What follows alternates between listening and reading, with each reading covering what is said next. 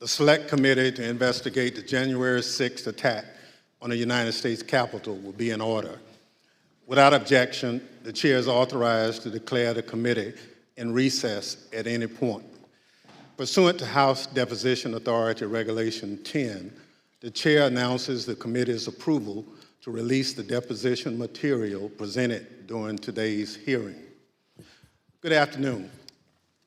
At our last hearing, we told the story of a scheme driven by Donald Trump to pressure former Vice President Mike Pence to illegally overturn the election results. We showed that when the pressure campaign failed and Mike Pence fulfilled his constitutional obligation, Donald Trump turned a violent mob loose on him. We showed that the mob came within roughly 40 feet of the Vice President. Today, we'll show that what happened to Mike Pence wasn't an isolated part of Donald Trump's scheme to overturn the election. In fact, pressuring public servants into betraying their oaths was a fundamental part of the playbook. And a handful of election officials in several key states stood between Donald Trump and the upending of American democracy. As we begin today, it's important to remember when we count the votes for president, we count the votes state by state. For the most part, the candidates who win the popular vote in a state wins all the state's electoral college votes. And whoever wins a majority of the electoral college votes wins the presidency. So when Donald Trump tried to overturn the election results, he focused on just a few states. He wanted officials at the local and state level to say the vote was tainted by widespread fraud and throw out the results, even though, as we showed last week, there wasn't any voter fraud that could have overturned the election results. And like Mike Pence, these public servants wouldn't go along with Donald Trump's scheme. And when they wouldn't embrace the big lie and substitute the will of the voters with Donald Trump's will to remain in power, Donald Trump worked to ensure they'd face the consequences. Threats to people's livelihood and lives, threats of violence that Donald Trump knew about and amplified. And in our other hearings, we can't just look backward at what happened in late 2020 and in the early 2021 because the danger hadn't gone away. Our democracy endured a mighty test on January 6th and in the days before. We say our institutions held. But what does that really mean? Democratic institutions aren't abstractions or ideas. They are local officials who oversee elections, secretaries of state, people in whom we placed our trust that they'll carry out their duties. But what if they don't? 2 weeks ago, New Mexico held its primary elections. One county commission refused to certify the results, citing vague, unsupported claims dealing with Dominion voting machines. The court stepped in, saying New Mexico law required the commission to certify the results. 2 of the 3 members of the commission finally relented. One still refused, saying his vote, quote, isn't based on any evidence, it's not based on any facts, it's only based on my gut feeling and my own intuition, and that's all I need. By the way, a few months ago, this county commissioner was found guilty of illegally entering the Capitol grounds on January 6th. This story reminds us of a few things. First, as we've shown in our previous hearings, claims that widespread voter fraud tainted the 2020 presidential election have always been a lie. Donald Trump knew they were a lie, and he kept amplifying them anyway. Everything we described today, the relentless, destructive pressure campaign on state and local officials, was all based on a lie. Donald Trump knew it, he did it anyway. Second, the lie hasn't gone away. It's corrupting our democratic institutions. People who believe that lie are now seeking positions of public trust. And as seen in New Mexico, their oath to be to the people they serve will take a back seat to their commitment to the big lie. If that happens, who will make sure our institutions don't break under the pressure? We won't have close calls. We'll have a catastrophe. My distinguished colleague from California, Mr. Schiff, will present much of the Select Committee's finding on this matter. First, I'm pleased to recognize our Vice Chair, Ms. Cheney of Wyoming, for any opening statement she'd care to offer. Thank you very much, Mr. Chairman. Today, we will begin examining President Trump's effort to overturn the election by exerting pressure on state officials and state legislatures. Donald Trump had a direct and personal role in this effort, as did Rudy Giuliani, as did John Eastman. In other words, the same people who were attempting to pressure Vice President Mike Pence to reject electoral votes illegally were also simultaneously working to reverse the outcome of the 2020 election at the state level. Each of these efforts to overturn the election is independently serious. Each deserves attention both by Congress and by our Department of Justice. But as the federal court has already indicated, these efforts were also part of a broader plan. And all of this was done in preparation for January 6th. I would note 2 points for particular focus today. First, today you will hear about calls made by President Trump to officials of Georgia and other states. As you listen to these tapes, keep in mind what Donald Trump already knew at the time he was making those calls. He had been told over and over again that his stolen election allegations were nonsense. For example, this is what former Attorney General Bill Barr said to President Trump about allegations in Georgia. We took a hard look at this ourselves, and based on our review of it, including the interviews of the key witnesses, the Fulton County allegations had no merit. The ballots under the table were legitimate ballots. They weren't in a suitcase. They had been pre-opened for eventually feeding into the machine. All the stuff about the water leak and that there was some subterfuge involved. We felt there was some confusion, but there was no evidence of a subterfuge to create an opportunity to feed things into the count.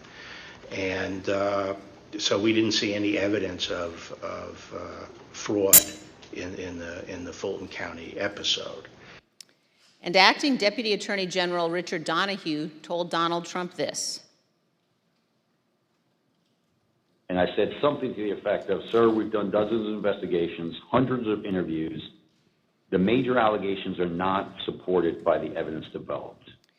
Mr. Trump was told by his own advisors that he had no basis for his stolen election claims, yet he continued to pressure state officials to change the election results. Second, you will hear about a number of threats and efforts to pressure state officials to reverse the election outcome. One of our witnesses today, Gabriel Sterling, explicitly warned President Trump about potential violence on December 1st, 2020, more than a month before January 6th.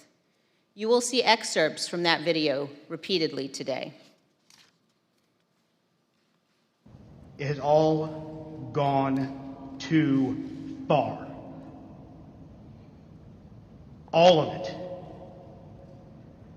Joe DeGenova today asked for Chris Krebs, a patriot who ran CISA, to be shot. A 20-something tech in Gwinnett County today has death threats and a noose put out saying he should be hung for treason because he was transferring a report on batches from an EMS to a county computer so he could read it. It has to stop. Mr. President, you have not condemned these actions or this language. Senators, you have not condemned this language or these actions.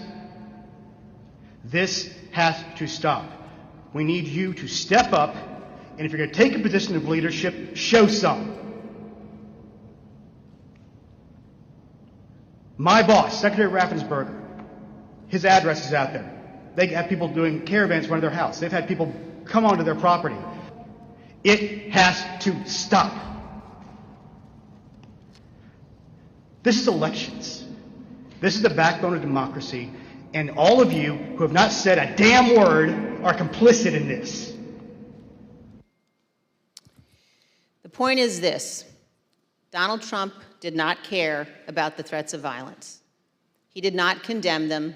He made no effort to stop them. He went forward with his fake allegations anyway. One more point. I would urge all of those watching today to focus on the evidence the committee will present. Don't be distracted by politics. This is serious. We cannot let America become a nation of conspiracy theories and thug violence. Finally, I want to thank our witnesses today for all of your service to our country. Today, all of America will hear about the selfless actions of these men and women who acted honorably to uphold the law, protect our freedom, and preserve our Constitution. Today, Mr. Chairman, we will all see an example of what truly makes America great. Thank you, Mr. Chairman. I yield back. Without objection, the chair recognizes the gentleman from California, Mr. Schiff, for an opening statement. Thank you, Mr. Chairman and Madam Vice Chair. On November 3rd, 2020, Donald Trump ran for re-election to the office of the presidency, and he lost. His opponent, Joe Biden, finished ahead in the key battleground states of Arizona, Michigan, Wisconsin, Pennsylvania, Georgia, and elsewhere. Nevertheless, and for the first time in history, the losing presidential candidate fought to hold on to power. As we have seen in previous hearings, he did so through a variety of means. On Election Day, he sought to stop the counting of the vote, knowing that the millions of absentee ballots elections officials would be counting on Election Day and thereafter would run strongly against him and deliver a victory to Joe Biden. Next, and when he could not stop the counting, he tried to stop state legislatures and governors from certifying the results of the election. He went to court and filed dozens of frivolous lawsuits, making unsubstantiated claims of fraud. When that too failed, he mounted a pressure campaign directed at individual state legislators to try to get them to go back into session and either declare him the winner, decertify Joe Biden as the winner, or send two slates of electors to Congress, one for Biden and one for him, and pressure Vice President Pence to choose him as the winner. But the state legislatures wouldn't go along with this scheme, and neither would the vice president. None of the legislatures agreed to go back into special session and declare him the winner. No legitimate state authority in the states Donald Trump lost would agree to appoint fake Trump electors and send them to Congress. But this didn't stop the Trump campaign either. They assembled groups of individuals in key battleground states and got them to call themselves electors, created phony certificates associated with these fake electors, and then transmitted these certificates to Washington and to the Congress to be counted during the joint session of Congress on January 6th. None of this worked. But according to Federal District Judge David Carter, former President Trump and others likely violated multiple federal laws by engaging in this scheme, including conspiracy to defraud the United States. You will hear evidence of the former president and his top advisors' direct involvement in key elements of this plot, or what Judge Carter called a coup in search of a legal theory. For as the judge explained, President Trump's pressure campaign to stop the electoral count did not end with Vice President Pence. It targeted every tier of federal and state elected officials. Convincing state legislatures, he said, to certify competing electors was essential to stop the count and ensure President Trump's re-election. As we have seen in our prior hearings, running through this scheme was a big lie that the election was plagued with massive fraud and somehow stolen. You'll remember what the president's own Attorney General, Bill Barr, said he told the president about these claims of massive fraud affecting the outcome of the election. And I told him that the stuff that his people were shoveling out to the public was bullshit. I mean, that the claims of fraud were bullshit. The president's lie was and is a dangerous cancer on the body politic. If you can convince Americans that they cannot trust their own elections, that any time they lose it is somehow illegitimate, then what is left but violence to determine who should govern? This brings us to the focus of today's hearing. When state elections officials refused to stop the count, Donald Trump and his campaign tried to put pressure on them. When state executive officials refused to certify him the winner of states he lost, he applied more pressure. When state legislators refused to go back into session and appoint Trump electors, he amped up the pressure yet again. Anyone who got in the way of Donald Trump's continued hold on power after he lost the election was the subject of a dangerous and escalating campaign of pressure. This pressure campaign brought angry phone calls and texts, armed protests, intimidation, and all too often, threats of violence and death. State legislators were singled out. So too were statewide elections officials. Even local elections workers, diligently doing their jobs, were accused of being criminals and had their lives turned upside down. As we will show, the president's supporters heard the former president's claims of fraud and the false allegations he made against state and local officials as a call to action. Stop the steal! Stop the steal! Stop the steal! You're a threat to democracy! You're a threat to free and honest elections!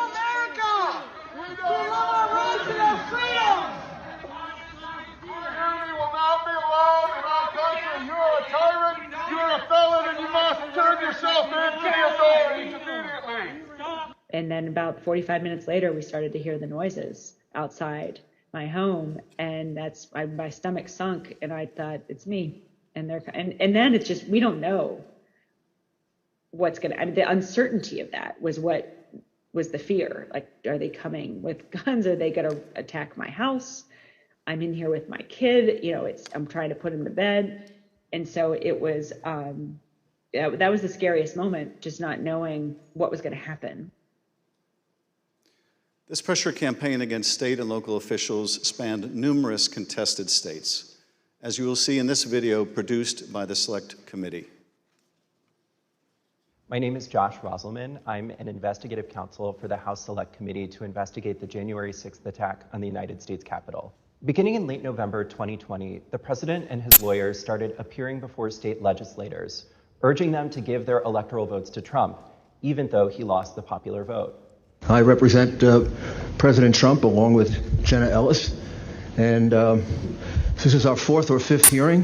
This election has to be turned around because we won Pennsylvania by a lot, and we won all of these swing states by a lot. This was a strategy with both practical and legal elements.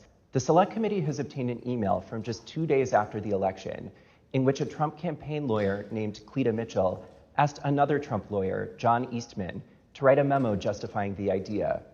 When do you remember this coming up as an option in the post-election period for the first time? Right after the election. It might have been before the election. Eastman prepared a memo attempting to justify this strategy, which was circulated to the Trump White House, Rudy Giuliani's legal team, and state legislators around the country. And he appeared before the Georgia State Legislature to advocate for it publicly. You could also do what the Florida legislature was prepared to do, which is to adopt a slate of electors yourselves. And when you add in the mix of the significant statistical anomalies and sworn affidavits and video evidence of outright election fraud, I don't think it's just your authority to do that, but quite frankly, I think you have a duty to do that, to protect the integrity of the election here in Georgia. But Republican officials in several states released public statements recognizing that President Trump's proposal was unlawful. For instance, Georgia Governor Brian Kemp called the proposal unconstitutional, while Arizona House Speaker Rusty Bowers wrote that the idea would undermine the rule of law. The pressure campaign to get state legislators to go along with the scheme intensified when President Trump invited delegations from Michigan and Pennsylvania to the White House. Either you or Speaker Chatfield, did you make the point to the president that you were not going to do anything that violated Michigan law? I believe we did. Whether or not it was those exact words or not, but I think that the words that I would have more likely used is we were going to follow the law. Nevertheless, the pressure continued. The next day, President Trump tweeted, quote, "Hopefully the courts and/or legislatures will have the courage to do what has to be done to maintain the integrity of our elections and the United States of America itself. The world is watching." He posted multiple messages on Facebook listing the contact information for state officials and urging his supporters to contact them to, quote, "demand a vote on decertification." In one of those posts, President Trump disclosed Mike Shirkey's personal phone number to his millions of followers. All I remember is receiving over just shy of 4,000 text messages over a short period of time, calling to take action. It was a loud noise, loud, consistent cadence of, we hear that the Trump folks are calling and asking for changes in the electors, and you guys can do this. Well, they were believing things that were untrue. These efforts also involved targeted outreach to state legislators. Hi, Representative. My name is Angela McCallum. I'm calling from Trump campaign headquarters in Washington, D.C. You do have the power to reclaim your authority and send a slate of electors that will support President Trump and Vice President Pence. From President Trump's lawyers and from Trump himself. And I've become friendly with legislators that I didn't know 4 weeks ago. Another legislator, Pennsylvania House Speaker Brian Cutler, received daily voicemails from Trump's lawyers in the last week of November. Mr. Speaker, this is Rudy Giuliani and Jenna Ellis. We're calling you together because we'd like to discuss, obviously, the election. Hello, Mr. Speaker. This is Jenna Ellis, and I'm here with Mayor Giuliani. Hey, Brian, it's Rudy. I really have something important to call to your attention that I think really changes things. Cutler felt that the outreach was inappropriate and asked his lawyers to tell Rudy Giuliani to stop calling, but Giuliani continued to reach out. I understand that you don't want to talk to me now. I just want to bring some facts to your attention and talk to you as a fellow Republican. On December 30th, Trump ally Steve Bannon announced a protest at Cutler's home. We're getting on the road and we're going down to Cutler. We're going to start going to offices, and if we have to, we're going to go to homes, and we're going to let them know what we think about them. There were multiple protests. I actually don't remember the exact number. There was at least 3, I think. Outside either my district office or my home. And you're correct, my son, my then 15-year-old son, was home by himself for the first one. All of my personal information was doxed online. It was my personal email, my personal cell phone, my home phone number. In fact, we had to disconnect our home phone for about 3 days because it would ring all hours of the night and would fill up with messages. Brian Cutler, we're outside. Clerks facing felony charges in Michigan. Poll watchers denied access in Pennsylvania. These ads were another element in the effort. The Trump campaign spent millions of dollars running ads online and on television. The evidence is overwhelming. Call your governor and legislators. Demand they inspect the machines and hear the evidence. Public pressure on state officials often grew dangerous in the lead up to January 6th. Let us in! Let us in! Let us in! Let us in! Special session! Special session! Special session! We'll light the whole shit on fire. What are we going to do? What can you and I do to a state legislator besides kill him? Although we should not do that. I'm not advising that, but I mean, what else do you do, right? The punishment for treason is death.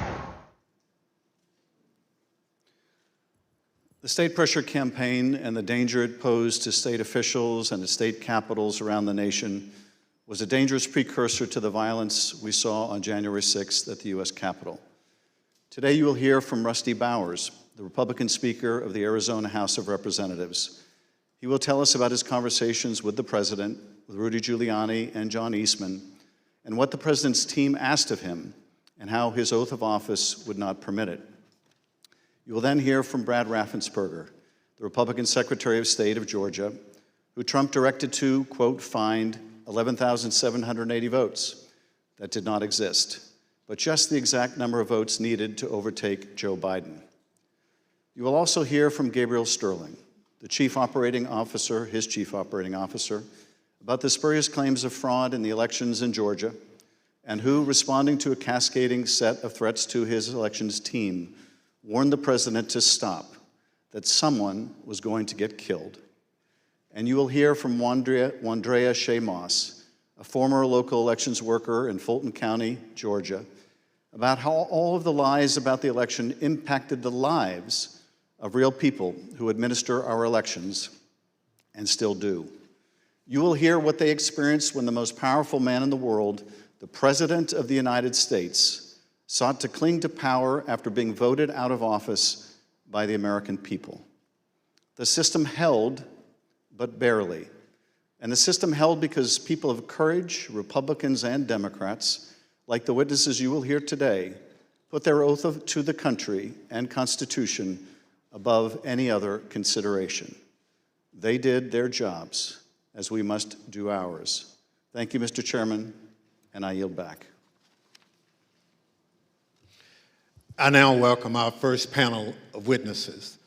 We're joined today by a distinguished legislator from Arizona, Rusty Bowers, who's a Republican Speaker of the Arizona House of Representatives. Mr. Bowers was first elected to the state legislature in 1993 and has served as Speaker since 2019. Welcome, Speaker Bowers. Brad Raffensperger is the 29th Secretary of State of Georgia, serving in this role since 2019. As an elected official and a Republican, Secretary Raffensperger is responsible for supervising elections in Georgia and maintaining the state's public records. Welcome, Mr. Secretary. Gabriel Sterling is the Chief Operating Officer in the Georgia Secretary of State's office. Mr. Sterling was the statewide voting systems implementation manager for the 2020 election in Georgia, responsible for leading the Secretary of State's response to the COVID pandemic and rolling out modernized voting equipment. I will swear in our witnesses. The witnesses will please stand and raise their right hand. Do you swear or affirm on the penalty of perjury that the testimony you're about to give is the truth, the whole truth, and nothing but the truth, so help you God? Thank you. Please be seated. Let the record reflect that the witnesses answered in the affirmative. Speaker Bowers, thank you for being with us today. You're the Speaker of the Arizona House and a self-described conservative Republican. You campaigned for President Trump and with him during the 2020 election. Is it fair to say that you wanted Donald Trump to win a second term in office? Please. Yes, sir. Thank you. And is it your understanding that President Biden was the winner of the popular vote in Arizona in 2020? Yes, sir. Thank you. Pursuant to Section 5C8 of House Resolution 503, the chair recognizes the gentleman from California, Mr. Schiff, for questions. Speaker Bowers, thank you for being with us today. Before we begin with the questions that I had prepared for you, I wanted to ask you about a statement that former President Trump issued, which I received just prior to the hearing.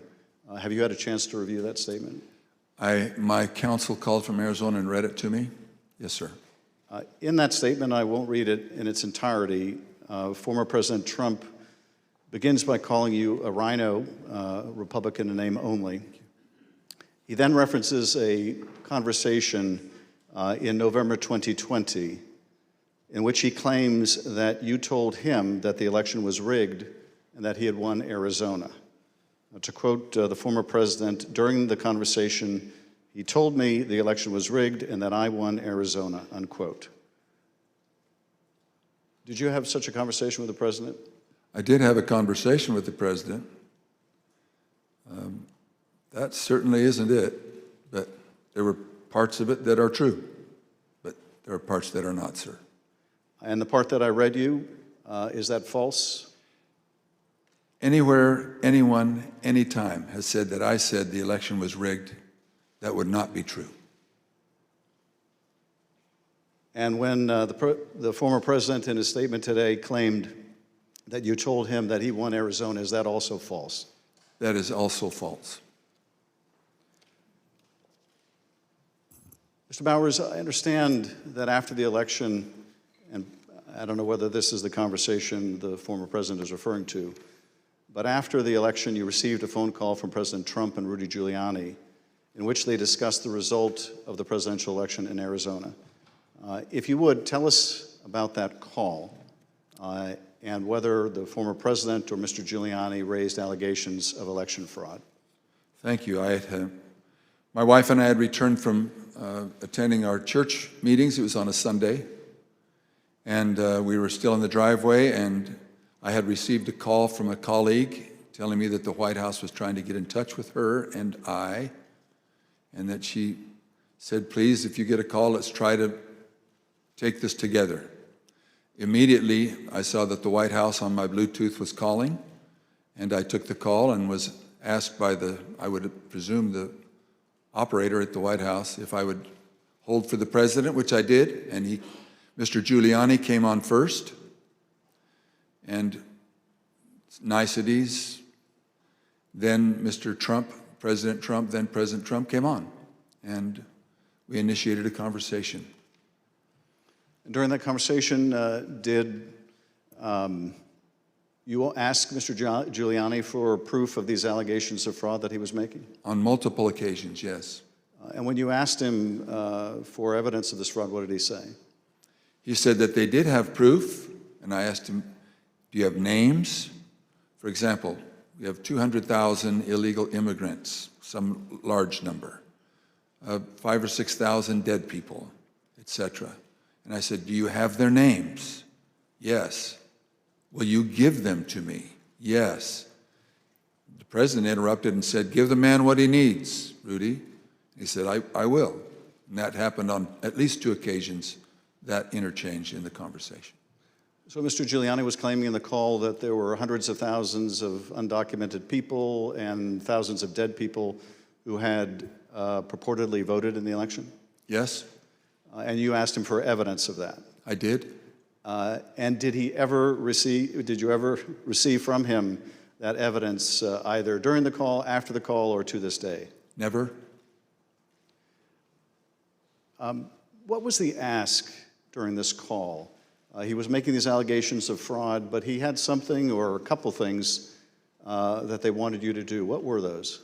The ones I remember were first that we would hold, that I would allow an official committee at the Capitol so that they could hear this evidence and that we could take action thereafter. And I refused. I said, up to that time, the circus, I called it a circus, had been brewing with lots of demonstrations, both at the counting center, at the Capitol, and other places. And I didn't want to have that in the House. I did not feel that the evidence, granted in its absence, merited a hearing, and I didn't want to be used as a pawn if there was some other need that the committee hearing would fulfill. So that was the first ask, that we hold an official committee hearing. And what was his second ask? I said, to what end? To what end the hearing? He said, well, we have heard by an official high up in the Republican legislature that there is a legal theory or a legal ability in Arizona that you can remove the electors of President Biden and replace them. And we would like to have the legitimate opportunity through the committee to come to that end and remove that. And I said, that's something that's totally new to me. I've never heard of any such thing. And he pressed that point, and I said, look, you are asking me to do something that is counter to my oath when I swore to the Constitution to uphold it, and I also swore to the Constitution and the laws of the state of Arizona, and this is totally foreign as an idea or a theory to me, and I would never do anything of such magnitude without deep consultation with qualified attorneys. And I said, I've got some good attorneys, and I'm going to give you their names. But you are asking me to do something against my oath, and I will not break my oath. And I think that was up to that point. During the conversation, and you heard, I think, when we played a snippet of Mr. Giuliani calling other state legislators and saying that he was calling us essentially a fellow Republican. Did he make a similar appeal to you or bring up the fact that you shared a similar party? Whether it was in that call or in a later meeting, he did bring that up more than once.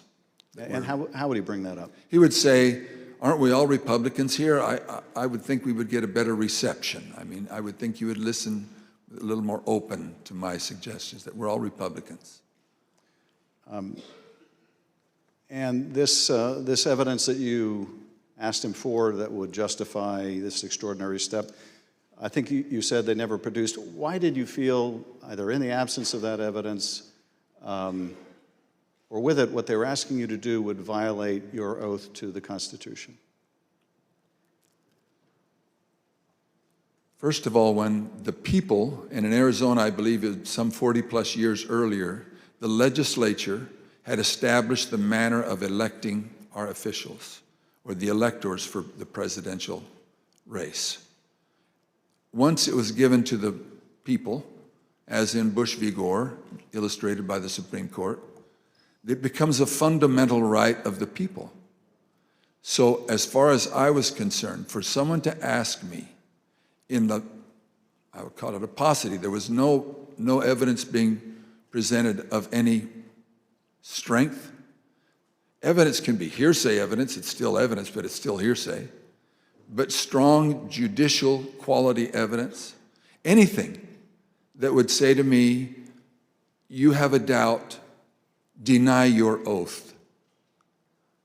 I will not do that. And on more than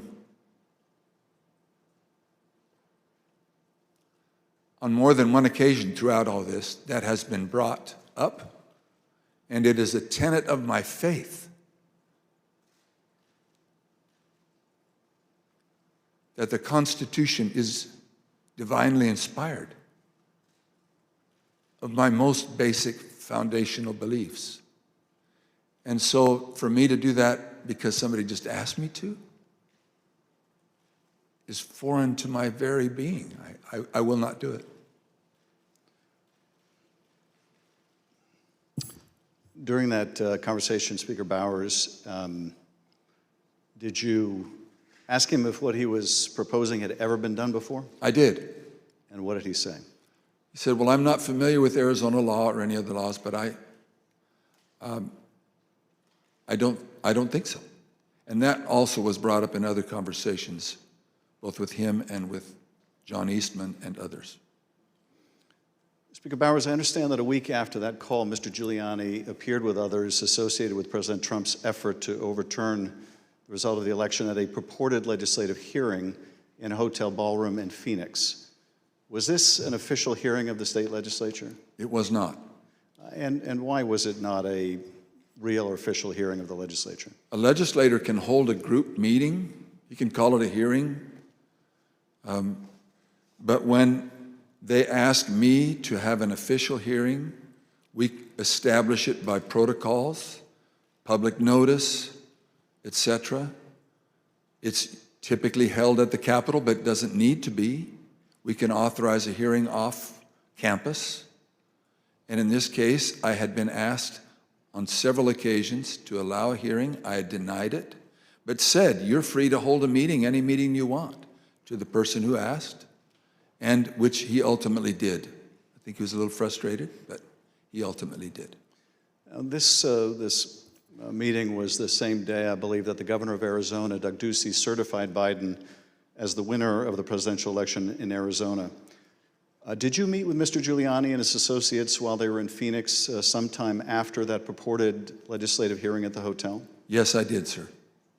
And at that meeting, did Mr. Giuliani raise any specific allegations of election fraud again?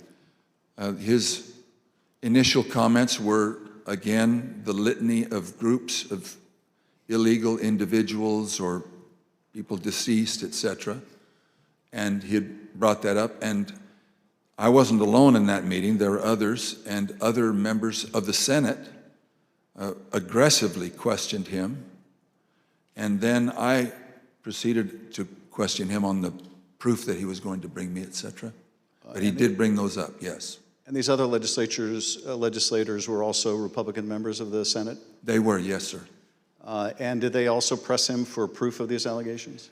They pressed him very strongly. Two of them especially, very strongly. And at some point, did Mr. Giuliani ask one of the other attorneys on his team to help him out with the evidence? He did. He asked Jenna Ellis, who was sitting to his right. One thing was that it was more to the point of, was there sufficient evidence or action that we could justify the recalling of the electors? But at that part of the conversation, I know he referred to someone else. But he did ask, do we have the proof, to Jenna, Miss Ellis? And she said, yes. And I said, I want the names. Do you have the names? Yes. Do you have how they voted? We have all the information. I said, can you get to me that information? Did you bring it with you? She said, no. Both Mr. Giuliani asked her and I asked generally if they'd brought it with them. She said, no, it's not with me, but we can get it to you. And I said, then you didn't bring me the evidence, which was repeated in different iterations for some period of time. At some point, did one of them make a comment that they didn't have evidence, but they had a lot of theories? That was Mr. Giuliani. And what exactly did he say, and how did that come up? My recollection, he said, we've got lots of theories, we just don't have the evidence. And I don't know if that was a gaffe, or maybe he didn't think through what he said, but both myself and others in my group, the three in my group and my council, both remembered that specifically, and afterwards we kind of laughed about it. And getting back to the ask in that phone call that preceded this meeting, he wanted you to have the legislature dismiss the Biden electors and replace them with Trump electors on the basis of these theories of fraud?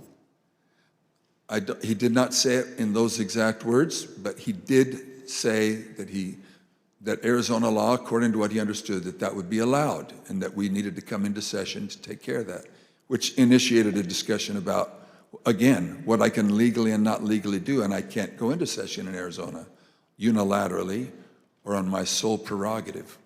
In this meeting or at any other later time, did anyone provide you with evidence of election fraud sufficient to affect the outcome of the presidential election in Arizona? No one provided me ever such evidence. The Select Committee has uncovered evidence in the course of our investigation that at Stop the Steal protests at state capitals across the country, there were individuals with ties to the groups or parties involved in the January 6th attack on the U.S. Capitol. One of those incursions took place in the Arizona House of Representatives building, as you can see in this footage.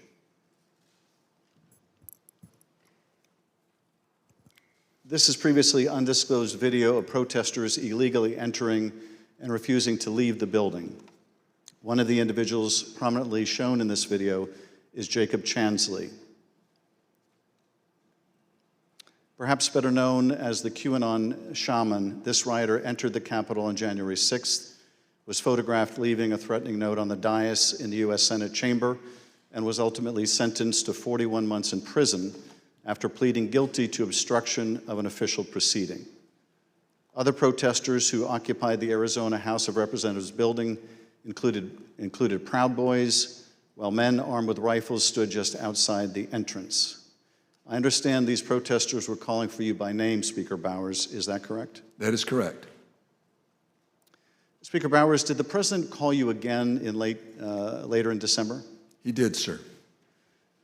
Did you tell the president in that second call that you supported him, that you voted for him, but that you were not going to do anything illegal for him? I did, sir. Nevertheless, his lawyer, John Eastman, called you some days later on June 4th, 2021. And he did have a very specific ask that would have required you to do just what you had already told the president you wouldn't do, something that would violate your oath. Is that correct? That's correct. It wasn't just me. I had my counsel and others on the call. And what did Dr. Eastman want you to do? That we would, in fact, take a vote to overthrow, or I shouldn't say overthrow, that we would decertify the electors, and that because we had plenary authority to do so. And he cited Article 2, Section 1, I think it's Clause 2, and said that in his opinion that gave us the authority if there was, I don't recall him saying sufficient evidence, but there was some call or some strong reason to do so that we, or justification to do so that we could do that. And that he was asking that his suggestion was that we would do it. And I said, again, I took an oath. For me to take that, to do what you do, would be counter to my oath. I don't recall if it was in that conversation, clearly, that we talked more about the oath, but I said, what would you have me do? And he said, just do it and let the court sort it out.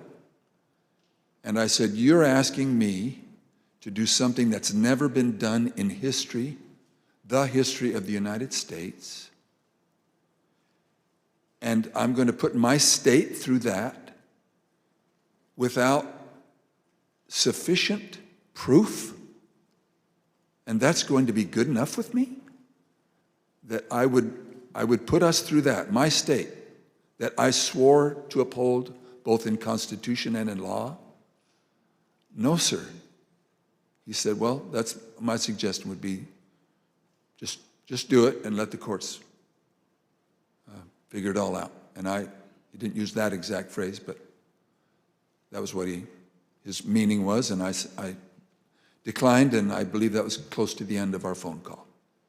And again, this took place after you had recently spoken with President Trump and told him that you wouldn't do anything illegal for him. Is that right? It wasn't days after. Obviously, it was days after, but a few days had gone by. But you had told President Trump you would not do anything illegal for him. I did, both times.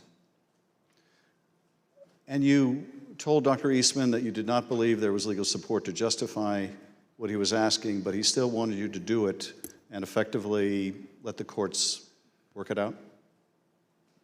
I've been warned, don't say things you think, maybe he said, but I do remember him saying that the authority of the legislature was plenary and that you can do it. I said, then you should know that I can't even call the legislature into session without a 2/3 majority vote.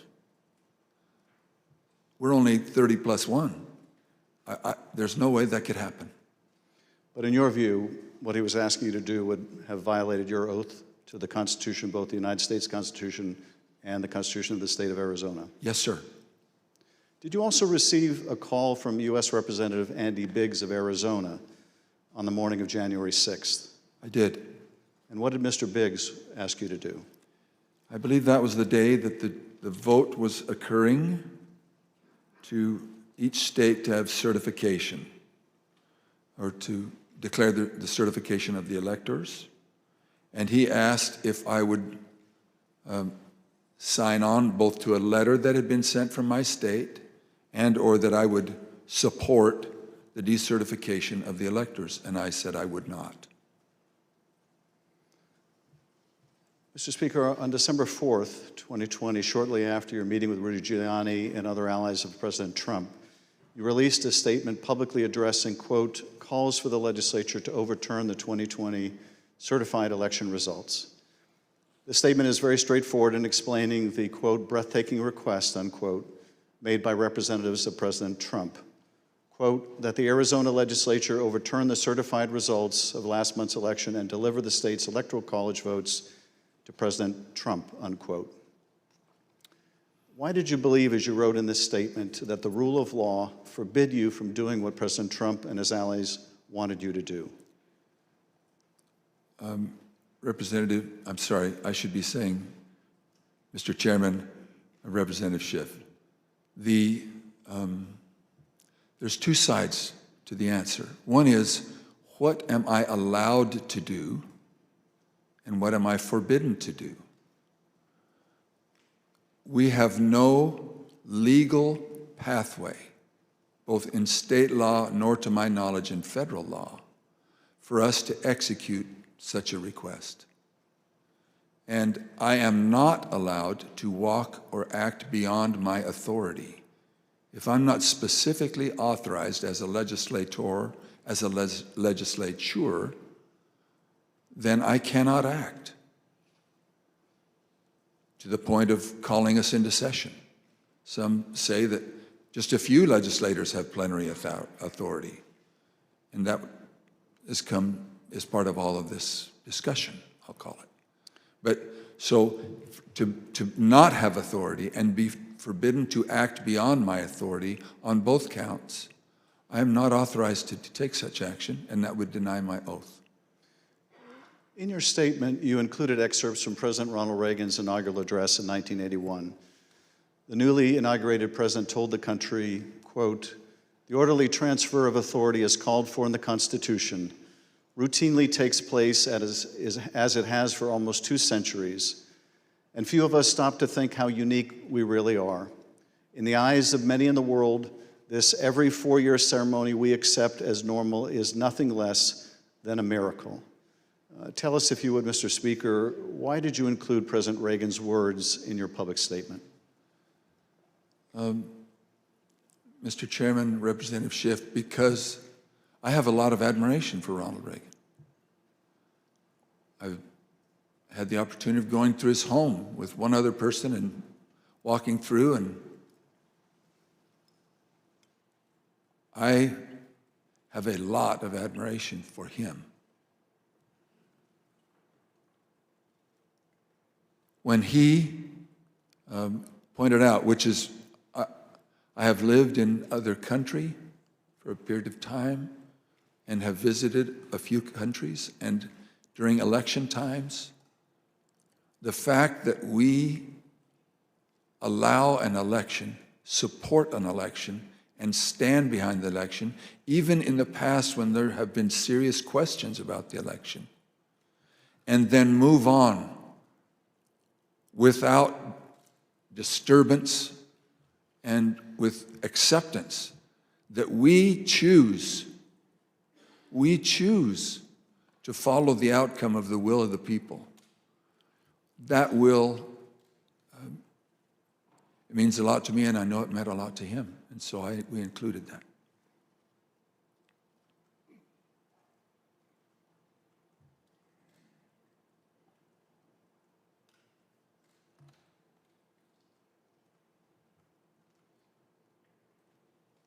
Thank you, Speaker Bowers. I now want to look even more deeply at the fake electors scheme. Every 4 years, citizens from all over the United States go to the polls to elect their president. Under our Constitution, when we cast our votes for president, we are actually voting to send electors pledged to our preferred candidate to the Electoral College. In December, the electors in each state meet, cast their votes, and send those votes to Washington. There is only one legitimate slate of electors from each state. On the 6th day of January, Congress meets in a joint session to count those votes, and the winner of the Electoral College vote becomes the president. In this next segment, you'll hear how President Trump and his campaign were directly involved in advancing and coordinating the plot to replace legitimate Biden electors with fake electors not chosen by the voters. You'll hear how this campaign convinced these fake electors to cast and submit their votes through fake certificates, telling them that their votes would only be used in the event that President Trump won his legal challenges. Yet when the president lost those legal challenges, when courts rejected them as frivolous and without merit, the fake elector scheme continued. At this point, President Trump's own lawyers, so-called Team Normal, walked away rather than participate in the plan. And his own White House counsel's office said that the plan was not legally sound. Let's play the following video produced by the Select Committee. My name is Casey Lucier. I'm an investigative counsel for the House Select Committee to investigate the January 6th attack on the United States Capitol. On November 18th, a lawyer working with the Trump campaign named Kenneth Chesebro wrote a memo arguing that the Trump campaign should organize its own electors in the swing states that President Trump had lost. The Select Committee received testimony that those close to President Trump began planning to organize fake electors for Trump in states that Biden won in the weeks after the election. Who do you remember being involved in those early discussions around the Thanksgiving time regarding having alternate electors meet? Mr. Giuliani, several of Mr. Giuliani's associates, Mr. Meadows,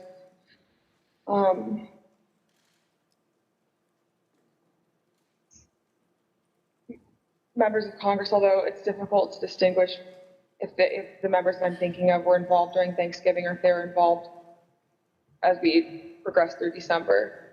At the president's direct request, the RNC assisted the campaign in coordinating this effort. What did the president say when he called you?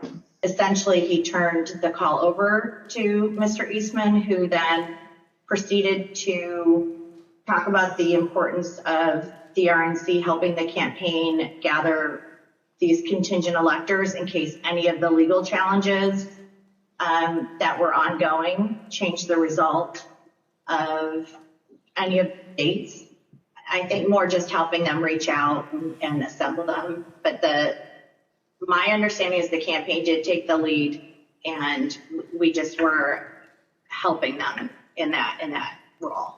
As President Trump and his supporters continued to lose lawsuits, some campaign lawyers became convinced that convening electors in states that Trump lost was no longer appropriate. I just remember I either replied or called somebody saying, unless we have litigation pending that's like in these states, like, I don't think this is appropriate, or, this isn't the right thing to do. I don't remember how I phrased it, but and I got into a little bit of a back and forth, and I think it was with Ken Chesebro, where I said, all right, you just get after it. Like, I'm out. At that point, I had Josh Finley email Mr. Chesebro politely to say, this is your task. You are responsible for the Electoral College issues moving forward. And this was my way of taking that responsibility to zero. The committee learned the White House counsel's office also felt the plan was potentially illegal. And so, to be clear, did you hear the White House counsel's office say that this plan to have alternate electors meet and cast votes for Donald Trump in states that he had lost was not legally sound? Yes, sir.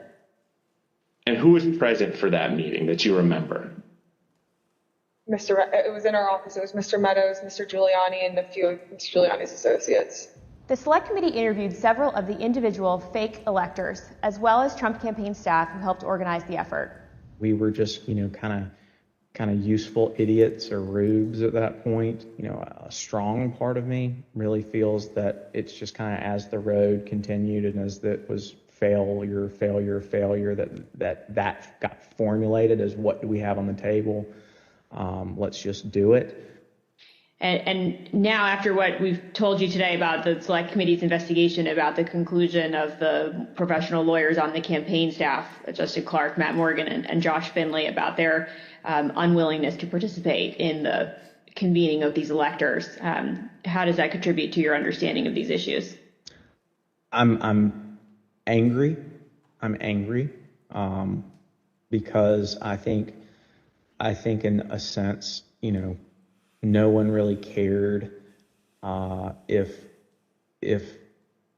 people were potentially putting themselves in jeopardy. Would you have not wanted to participate in this any further as well? I absolutely would not have. Had I known that the three main lawyers for the campaign that I've spoken to in the past and were leading up were not on board. Yeah. I was told that these would only count if a court ruled in our favor. So that would have been using our electors, it would have been using our electors in ways that we weren't told about, and we wouldn't have supported.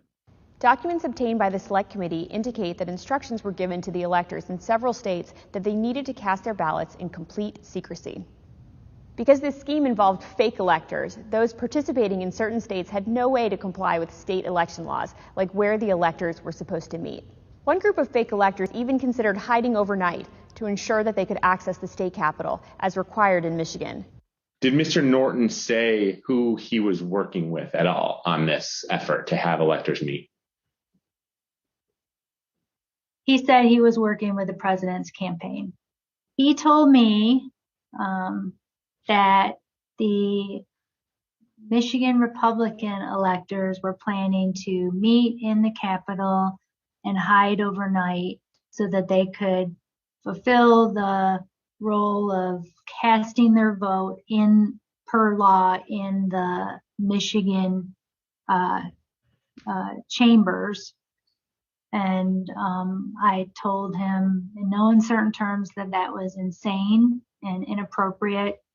In one state, the fake electors even asked for a promise that the campaign would pay their legal fees if they got sued or charged with a crime. Ultimately, fake electors did meet on December 14, 2020, in Arizona, Georgia, Michigan, Pennsylvania, New Mexico, Nevada, and Wisconsin. At the request of the Trump campaign, the electors from these battleground states signed documents falsely asserting that they were the, quote, duly elected electors from their state, and submitted them to the National Archives and to Vice President Pence in his capacity as President of the Senate. Here is what some of the fake elector certificates look like as compared to the real ones. But these ballots had no legal effect. In an email produced to the Select Committee, Dr. Eastman told a Trump campaign representative that it did not matter that the electors had not been approved by a state authority. Quote, the fact that we have multiple slates of electors demonstrates the uncertainty of either. That should be enough. He urged that Pence act boldly and be challenged. Documents produced to the Select Committee show that the Trump campaign took steps to ensure that the physical copies of the fake electors' electoral votes from 2 states were delivered to Washington for January 6th. Text messages exchanged between Republican Party officials in Wisconsin show that on January 4th, the Trump campaign asked for someone to fly their fake electors' documents to Washington. A staffer for Wisconsin Senator Ron Johnson texted a staffer for Vice President Pence just minutes before the beginning of the joint session. This staffer stated that Senator Johnson wished to hand-deliver to the Vice President the fake electors' votes from Michigan and Wisconsin. The Vice President's aide unambiguously instructed them not to deliver the fake votes to the Vice President. Even though the fake elector slates were transmitted to Congress and the executive branch, the Vice President held firm in his position that his role was to count lawfully submitted electoral votes. Joseph R. Biden, Jr. of the state of Delaware has received 306 votes. Donald J. Trump of the state of Florida has received 232 votes. Which is what he did when the joint session resumed on January 6th after the attack on the Capitol.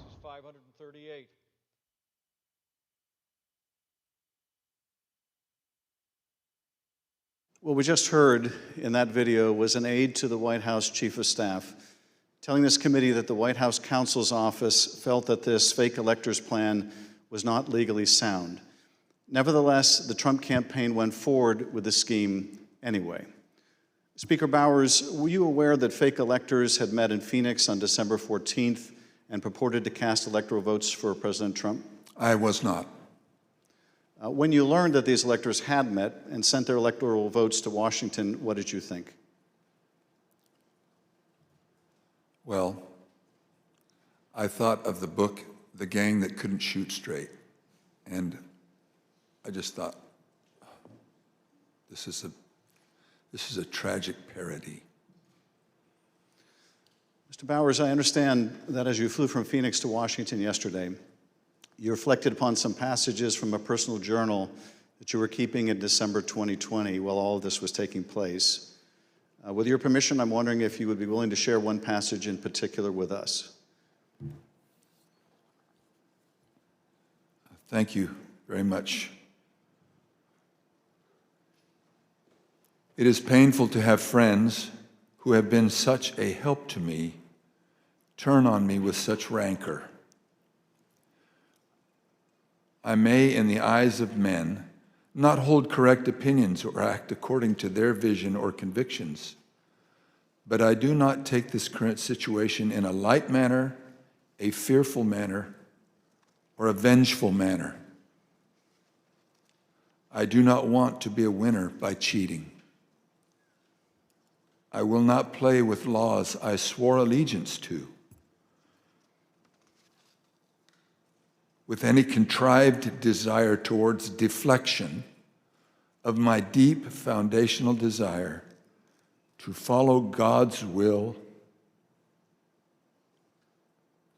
as I believe He led my conscience to embrace. How else will I ever approach Him in the wilderness of life, knowing that I ask this guidance only to show myself a coward in defending the course He let me take. He led me to take. Thank you, Mr. Speaker. Those are powerful words. I understand that taking the courageous positions that you did following the 2020 election in defense of the rule of law and protecting the voters of Arizona resulted in you and your family being subjected to protests and terrible threats. Can you tell us how this impacted you and your family? Well, as others in the videos have mentioned, we received, my secretaries would say, in excess of 20,000 emails and tens of thousands of voicemails and texts, which saturated our offices and we were unable to work, or at least communicate. But at home,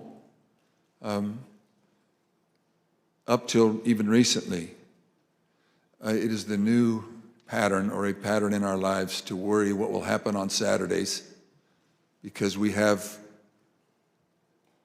various groups come by and they have had video panel trucks with videos of me proclaiming me to be a pedophile and a pervert and a corrupt and politician, and blaring loudspeakers in my neighborhood and leaving literature both on my property, but arguing and threatening with neighbors and with myself. I don't know if I should name groups, but there was one gentleman that had the 3 bars on his chest, and he had a pistol and was threatening my neighbor, not with the pistol, but just vocally. When I saw the gun, I knew I had to get close. And at the same time, on some of these, we had a daughter who was gravely ill, who was upset by what was happening outside. And my wife, that was a valiant person, very, very strong, quiet, very strong woman.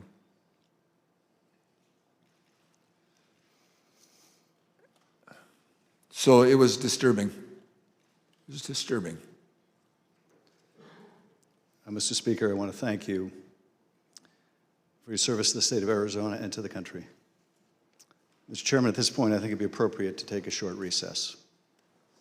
Accordingly, I reserve the balance of my time.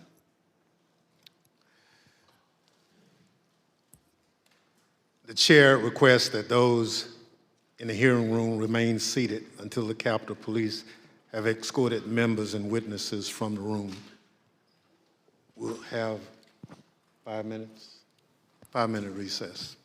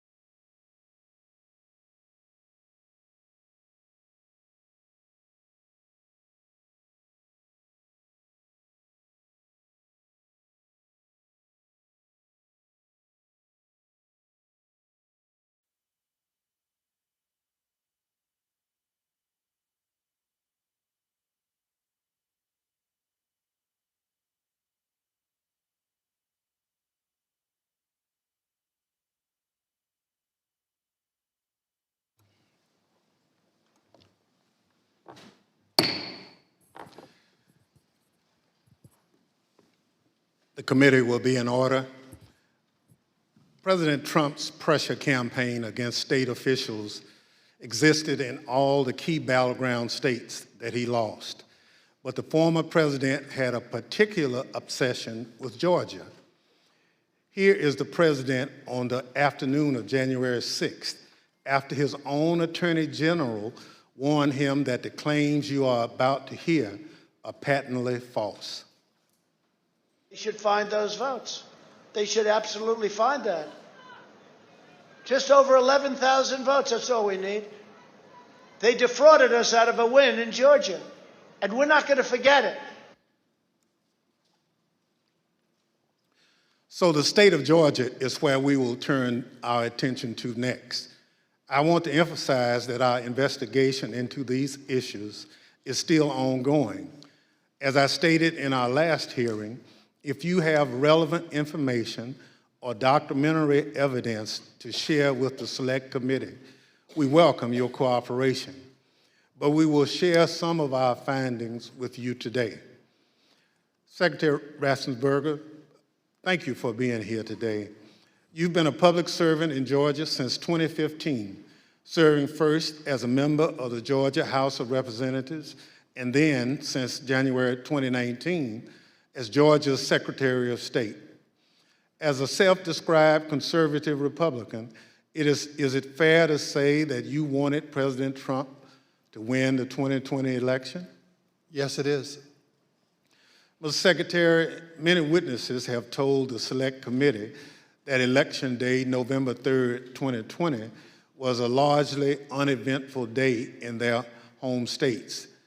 In spite of the challenges of conducting an election during a pandemic, you wrote in the Washington Post that the election was, quote, successful. Tell us, what was your impression of how Election Day had proceeded in Georgia? On Election Day in November, our election went remarkably smooth. In fact, we meet at the GEMA headquarters. That's the Georgia Energy Emergency Management Association meeting location, but we were following wait times in line. In the afternoon, our average wait time was 3 minutes statewide that we were recording for various precincts, and it actually got down to 2 minutes. And at the end of the day, we felt that we had a successful election from the standpoint of the administration and the operation of the election. Thank you. The chair recognizes the gentleman from California, Mr. Schiff. Thank you, Mr. Chairman. Secretary Raffensperger, did Joe Biden win the 2020 presidential election in Georgia, and by what margin? President Biden carried the state of Georgia by approximately 12,000 votes. And Mr. Secretary, as I understand it, your office took several steps to ensure the accuracy of the vote count in Georgia, reviewing the vote count in at least 3 different ways. These steps included a machine recount, a forensic audit, and a full hand recount of every one of the 5 million ballots cast. Did these efforts, including a recount of literally every ballot cast in the state of Georgia, confirm the result? Yes, they did. We counted the ballots where the first tabulation would be scanned. Then when we did our 100% hand audit of the all 5 million ballots in the state of Georgia, all cast in place, all absentee ballots, they were all hand recounted, and they came remarkably close to the first count. And then upon the election being certified, President Trump, because he was within 0.5%, could ask for a recount. And then we recounted him again through the scanners, and we got remarkably the same count. 3 counts, all remarkably close, which showed that President Trump did come up short. Nevertheless, as you will see, the president and his allies began making numerous false allegations of voter fraud, false allegations that you and Mr. Sterling, among others, had to address. Mr. Sterling, thank you also for being here today. Following the 2020 election, in addition to your normal duties, I understand that you became a spokesperson to try to combat disinformation about the election and the danger it was creating for elections officials, among others. In a December 1 press conference, you addressed some of your remarks directly to President Trump. Let's take a look at what you said that day. Mr. President, it looks like you likely lost the state of Georgia.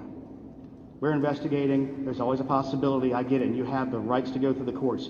What you don't have the ability to do, and you need to step up and say this, is stop inspiring people to commit potential acts of violence. Someone's going to get hurt, someone's going to get shot, someone's going to get killed.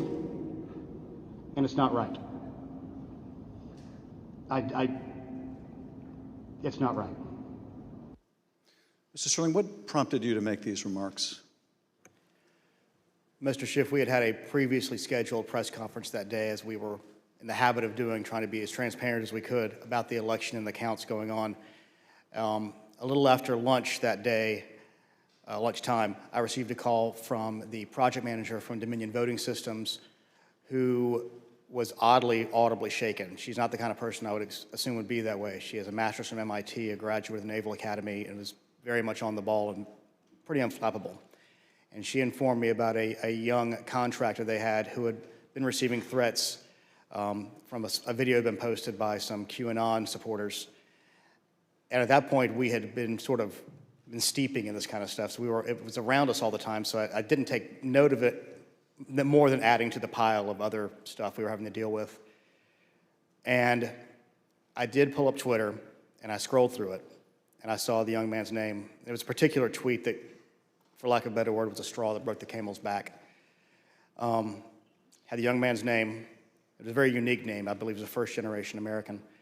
And it said, had his name, "You committed treason. May God have mercy on your soul," with a slowly twisting gif of a noose. And for lack of a better word, I lost it. I just got irate. My boss was with me at the time, the Deputy Secretary, Jordan Fuchs, and she could tell that I was angry. I tend to turn red from here up when that happens, and that happened at that time. And she called Secretary Raffensperger to say, "We're seeing these kind of threats, and Gabe thinks we need to say something about it." And the Secretary said yes, and that's what prompted me to do what I did. I lost my temper, but it seemed necessary at the time because it was just getting worse. And I could not tell you why that particular one was the one that put me over the edge, but it did.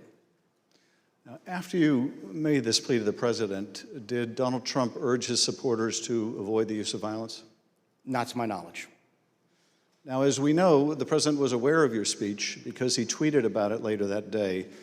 Let's take a look at what the president said. In the tweet, Donald Trump claims that there was, quote, "massive voter fraud in Georgia." Mr. Sterling, that was just plain false, wasn't it? Yes, sir. Nevertheless, the very next day, on December 2nd, President Trump released a lengthy video again making false claims of election fraud in Georgia. Let's take a look at what he said this time. They found thousands and thousands of votes that were out of whack, all against me. In fact, the day after Donald Trump released that video, so now we're talking just 2 days after the emotional warning that you gave that someone's going to get killed, representatives of President Trump appeared in Georgia, including Rudy Giuliani, and launched a new conspiracy theory that would take on a life of its own and threaten the lives of several innocent election workers. This story falsely alleges that sometime during election night, election workers at the State Farm Arena in Atlanta, Georgia, kicked out poll observers. After the observers left, the story goes, these workers pulled so-called suitcases of ballots from under a table and ran those ballots through counting machines multiple times. Completely without evidence, President Trump and his allies claimed that these suitcases contained as many as 18,000 ballots, all for Joe Biden. None of this was true. But Rudy Giuliani appeared before the Georgia State Senate and played a surveillance video from State Farm Arena, falsely claiming that it showed this conspiracy taking place. Here's a sample of what Mr. Giuliani had to say during that hearing. And when you look at what you saw on the video, which to me was a smoking gun, powerful smoking gun, well, I don't have to be a genius to figure out what happened. And I don't have to be a genius to figure out that those votes are not legitimate votes. You don't put legitimate votes under a table. No. Wait until you throw the opposition out, and in the middle of the night, count them. We would have to be fools to think that. President Trump's campaign amplified Giuliani's false testimony in a tweet, pushing out the video footage. Giuliani likewise pushed out his testimony on social media. As you can see in this tweet, Mr. Giuliani wrote that it was, quote, now beyond doubt, unquote, that Fulton County Democrats had stolen the election. Later in this hearing, we'll hear directly from one of the election workers in this video about the effect these lies had on her and on her family. Mr. Sterling, did the investigators in your office review the entire surveillance tape from the State Farm Arena on election night? They actually reviewed approximately 48 hours going over the time period where action was taking place at the counting center at State Farm Arena. And what did the tape actually show? Depending on which time you want to start, because as was mentioned, this conspiracy theory took on a life of its own, where they conflated a water main break that wasn't a water main break and throwing observers out and a series of other things.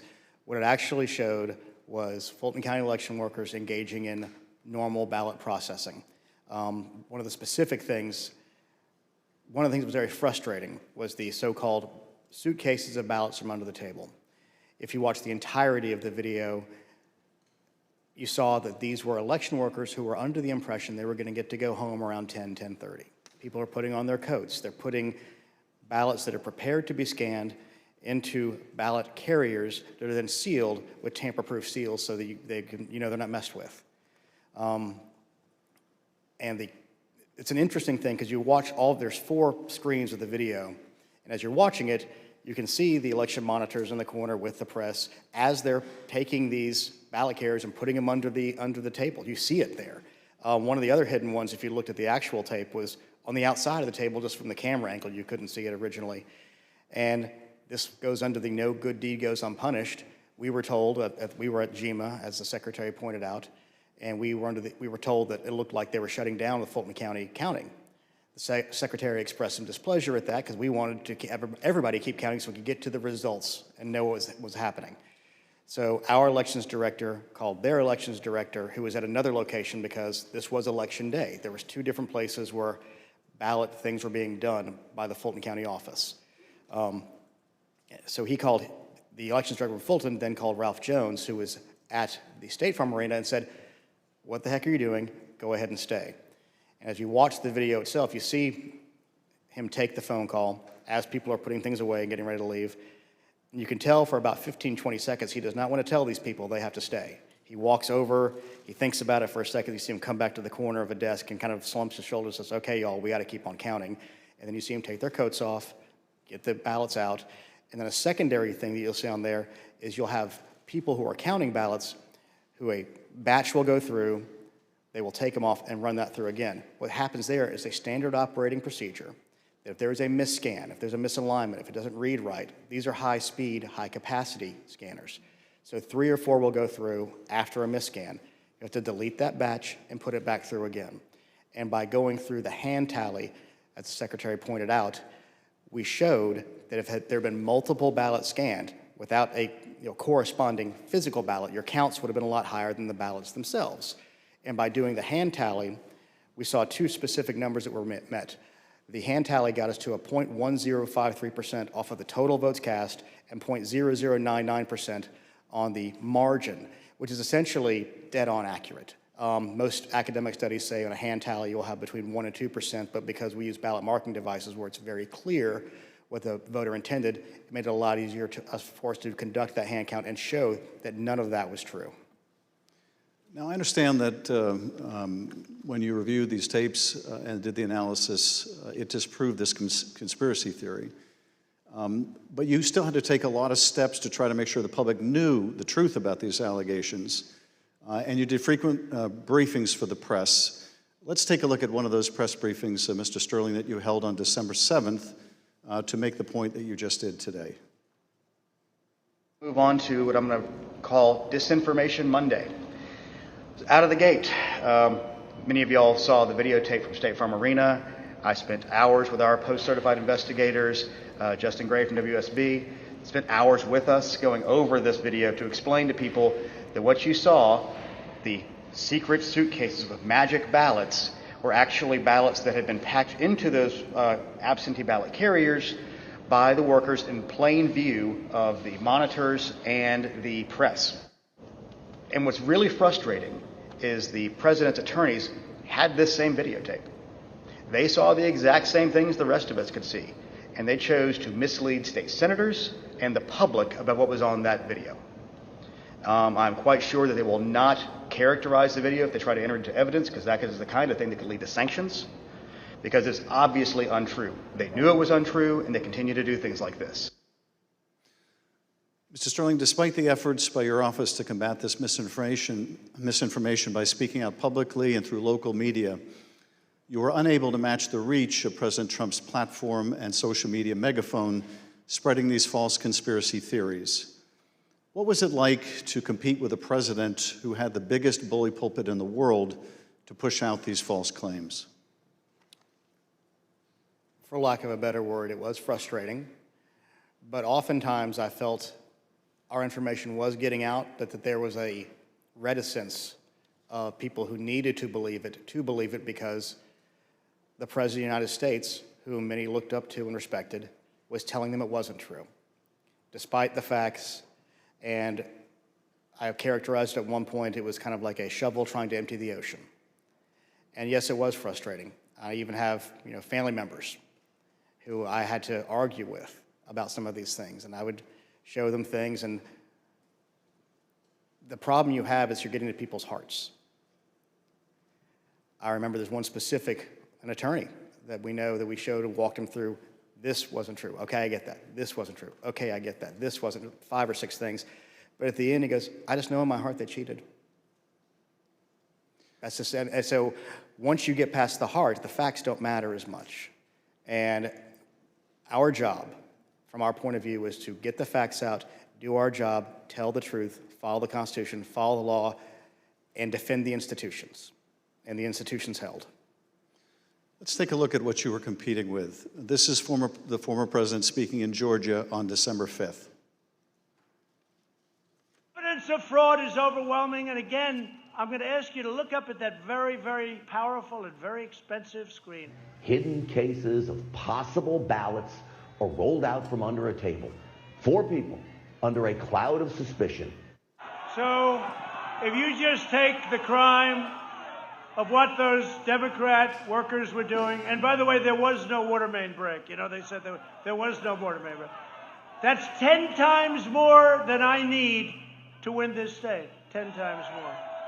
It's 10 times, maybe more than that, but it's 10 times more because we lost by a very close number. In this committee's hearing last Monday, we heard from senior federal law enforcement officials, from the senior-most federal law enforcement official in Atlanta at the time, U.S. Attorney for the Northern District, B.J. Pak, as well as former Attorney General Bill Barr. They both testified that the allegations were thoroughly investigated and found to have no merit. Here is U.S. Attorney Pak. Particular to Attorney General Barr, I told him that we looked into it. We've done several things, including interviewing the witnesses. I listened to the tapes and reviewed the videotape myself, and that there's nothing there. Giuliani was wrong in representing that this was a suitcase full of ballots. And here's what Attorney General Bill Barr had to say about the same allegations. Took a hard look at this ourselves, and based on our review of it, including the interviews of the key witnesses, the Fulton County allegations had no merit. We also have testimony from senior Department of Justice officials establishing that they specifically told President Trump that these allegations had been thoroughly investigated and were completely without merit. Here is Acting Deputy Attorney General Richard Donoghue describing a phone conversation in which he specifically told President Trump that these allegations were false. The president kept fixating on this suitcase that supposedly had fraudulent ballots and that the suitcase was rolled out from under the table. And I said, no, sir, there is no suitcase. You can watch that video over and over. There is no suitcase. There is a wheeled bin where they carry the ballots. No matter how many times senior Department of Justice officials, including his own Attorney General, told the president that these allegations were not true, President Trump kept promoting these lies and putting pressure on state officials to accept them. On January 2nd, the President had a lengthy telephone conversation with Secretary Raffensperger. Prior to the President's call, though, I want to share a bit of important context. First, the White House, including the former President's Chief of Staff, Mark Meadows, repeatedly called or texted the Secretary's office some 18 times in order to set up this call. They were quite persistent. Second, Chief of Staff Mark Meadows took the extraordinary step of showing up at a signature audit site in Georgia, where he met with Secretary Raffensperger's chief investigator, Francis Watson, who was supervising that audit process. Behind me is a photograph from that visit. Third, the day after Meadows' Georgia visit, he set up a call between President Trump and Francis Watson. On the call between President Trump and Georgia investigator Francis Watson, the former president continued to push the false claim that he'd won the state of Georgia. Let's listen to that part of the conversation. You know, it's just, you have the most important job in the country right now, because if we win Georgia, first of all, if we win, you're going to have 2 wins. They're not going to win right now. You know, they're down because the people of Georgia are so angry at what happened to me. They know I won by hundreds of thousands of votes. It wasn't close. And in this next clip, he told this state law enforcement official that she'd be praised if she found the right answer. Hopefully, you know, I will, when the right answer comes out, you'll be praised. I mean, I don't know why, you know, they've made it so hard. They will be praised. People will say, great, because that's what it's about, that ability to check and to make it right, because everyone knows it's wrong. There's just no way. Mr. Raffensperger, I know you weren't on this call, but that you have listened to it. President Trump didn't win by hundreds of thousands of votes in Georgia, did he? No, he did not. I've been traveling through the state of Georgia for a year now, and simply put, in a nutshell, what happened in fall of 2020 is that 28,000 Georgians skipped the presidential race, and yet they voted down ballot in other races.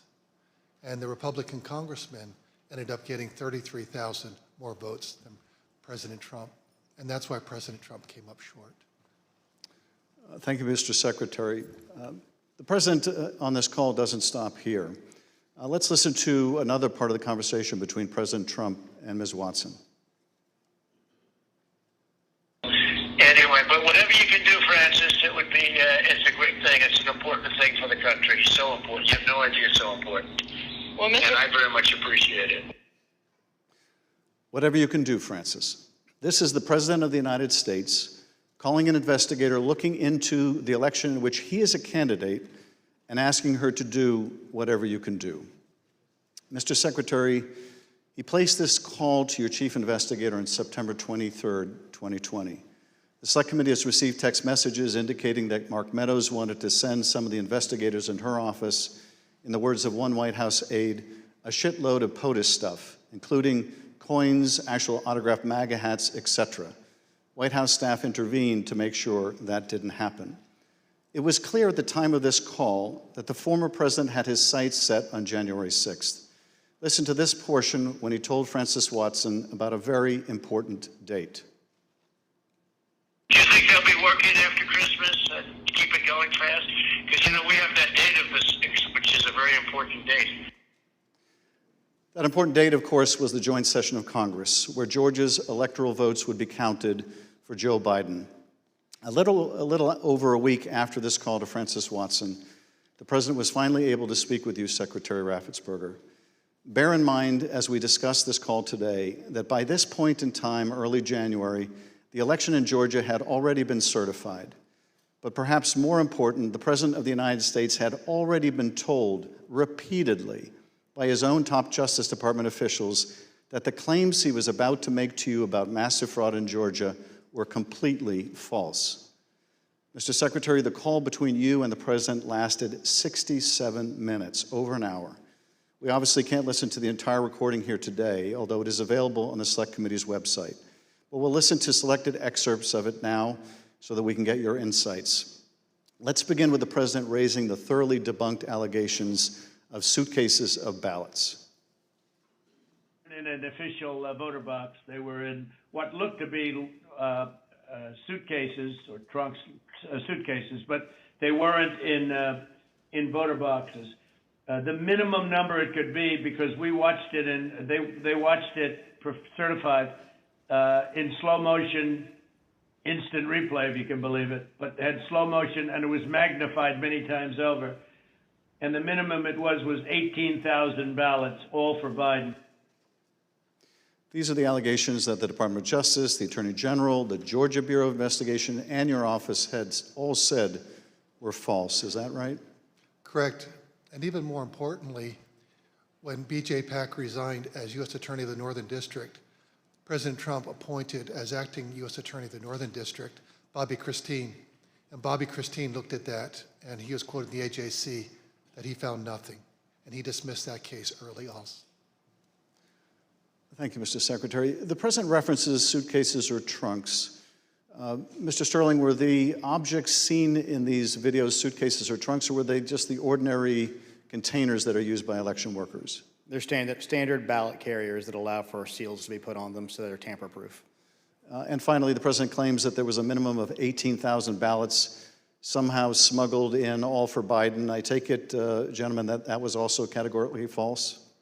There's no physical way he can know who those ballots were for, but secondarily, Fulton County for years has been an issue in our state when it comes to elections. So they had a very difficult time during the primary, in large part because of COVID. So we had put them under a consent decree the Secretary got negotiated, where we had a monitor on site. And his name is Carter Jones. And he took a notation. He had gone from State Farm to the English Street warehouse to look at Election Day activities. But before he left the State Farm Arena, he noted how many ballots had been counted on each one of the machines. And when he came back after we found out they were working again, he took note again when they closed. And I believe the final number was something around 8,900 total ballots were scanned from the time he left to the time about 12:30 or 1 o'clock in the morning. So way below 18,000. Let's play the next clip. I heard it was close. I said, there's no way. But they dropped a lot of votes in there late at night. You know that, Brett. Mr. Secretary, did somebody drop a lot of votes there late at night? No. I believe that the President was referring to some of the counties when they would upload, but the ballots had all been accepted and had to be accepted by state law by 7 p.m. So there were no additional ballots accepted after 7 p.m. Let's play the next clip in which the President makes claims about so-called dead voters. The other thing, dead people. So dead people voted. And I think the number is in close to 5,000 people. And they went to obituaries, they went to all sorts of methods to come up with an accurate number, and a minimum is close to about 5,000 voters. Mr. Secretary, did your office investigate whether those allegations were accurate? Did 5,000 dead people in Georgia vote? No, it's not accurate. And actually, in their lawsuits, they alleged 10,315 dead people. We found 2 dead people when I wrote my letter to Congress that stated January 6th. And subsequent to that, we found 2 more. That's 4 people, not 4,000, but just a total of 4, not 10,000, not 5,000. Let's play the next clip. And there's nothing wrong with saying that,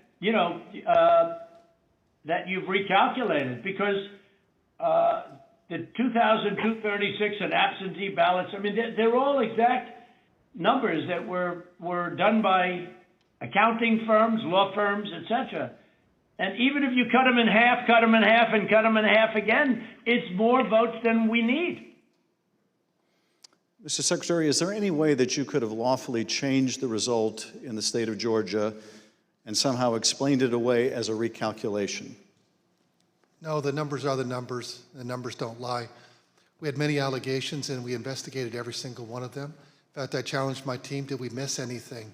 They said that there was over 66,000 underage voters. We found that there's actually 0. You can register to vote in Georgia. When you're 17 and a half, you have to be 18 by Election Day. We checked that out, every single voter. They said that there was 2,423 non-registered voters. There was 0. They said that there was 2,056 felons. We identified less than 74 or less that were actually still in felony sentence. Every single allegation we checked, we ran down the rabbit trail to make sure that our numbers were accurate. So there's no way you could have recalculated it except by fudging the numbers? The numbers were the numbers, and we could not recalculate because we had made sure that we had checked every single allegation. And we had many investigations. We had nearly 300 from the 2020 election.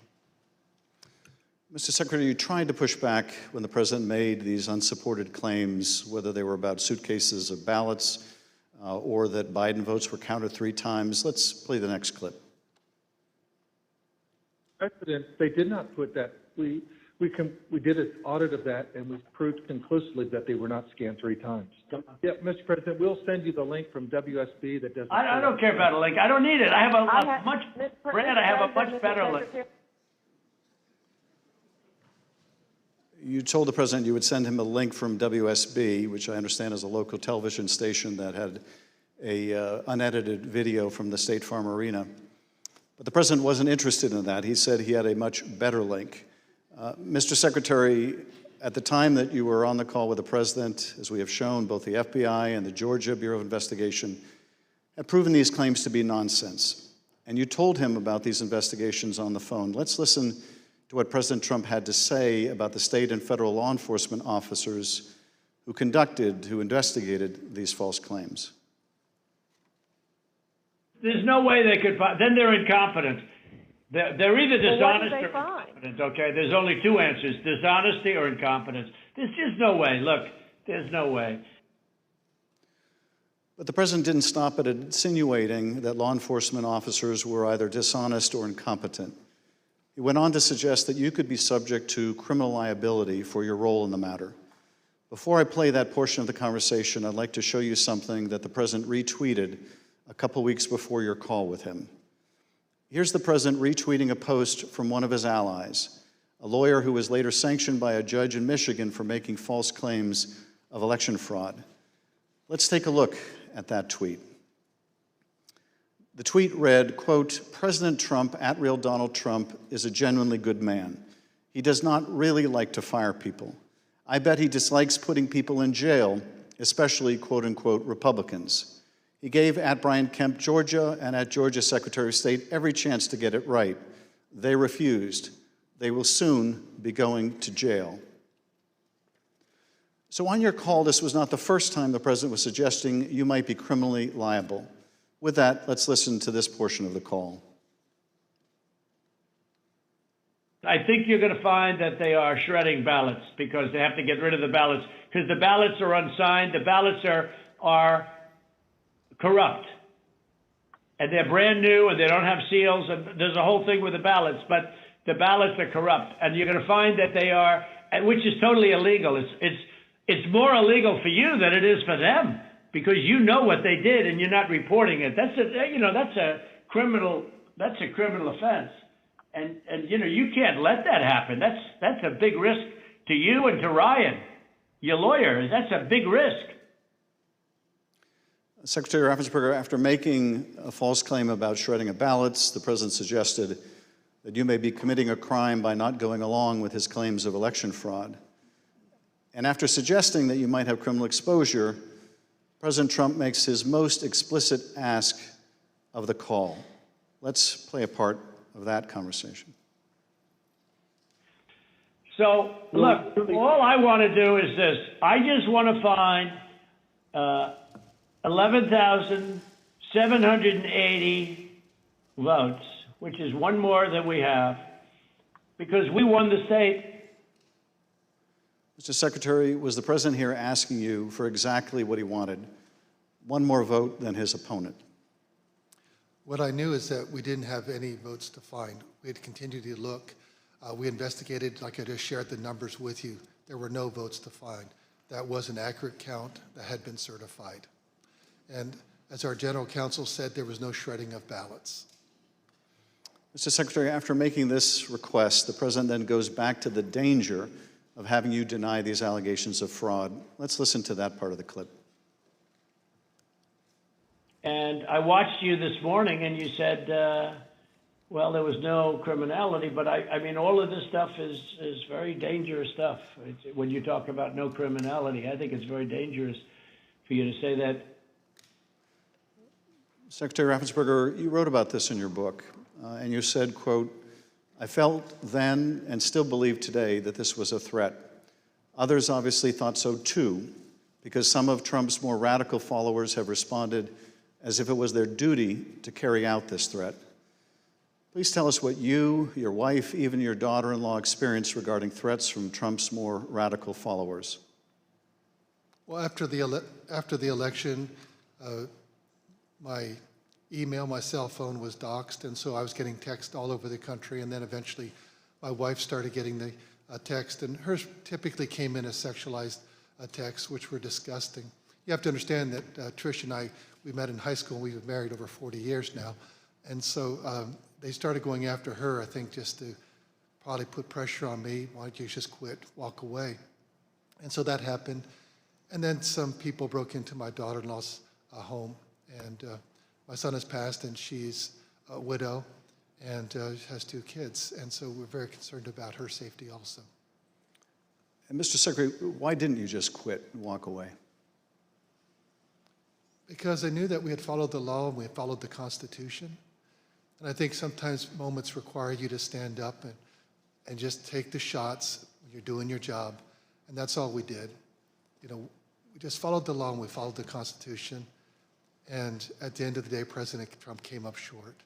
But I had to be faithful to the Constitution. And that's what I swore an oath to do. During the remainder of the call, the former president continued to press you to find the remaining votes that would ensure his victory in Georgia. Let's listen to a little more. Why wouldn't you want to find the right answer, Brad, instead of keep saying that the numbers are right? So look, can you get together tomorrow? And Brad, we just want the truth. It's simple. And everyone's going to look very good if the truth comes out. It's okay. It takes a little while, but let the truth come out.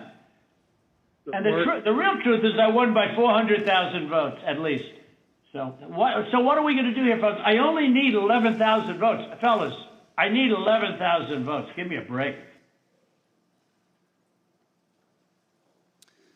4 days after the president's call to Secretary Raffensperger was January 6th. The president whipped up the crowd in front of the ellipse, once again promoting the allegation that Secretary Raffensperger, the president's own attorney general, had told him was false. Here he is on the ellipse. In Fulton County, Republican poll watchers were ejected, in some cases physically, from the room under the false pretense of a pipe burst. Water main burst, everybody leave, which we now know was a total lie. Then election officials pulled boxes, Democrats, and suitcases of ballots out from under a table. You all saw it on television, totally fraudulent, and illegally scanned them for nearly 2 hours, totally unsupervised.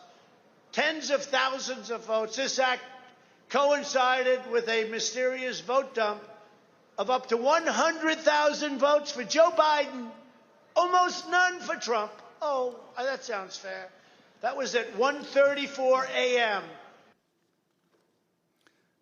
Mr. Secretary, Mr. Sterling, I want to thank you for your service to the state of Georgia and to the country. Speaker Bowers, likewise, I want to thank you for your service to the state of Arizona and to the country. You have served not only your home states, but our nation and our democracy. Mr. Chairman, I yield back. Thank you, Mr. Schiff. I thank the witnesses for joining us today. You are now dismissed.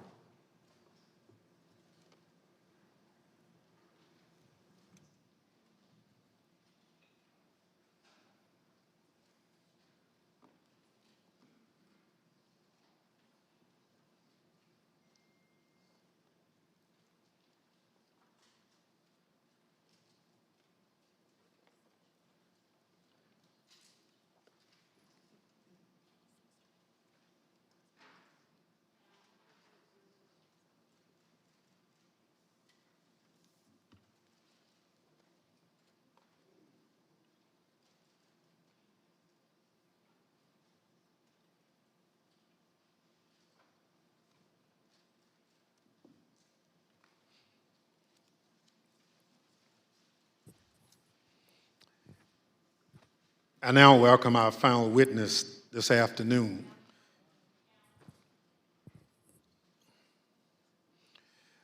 Andrea Shea Moss.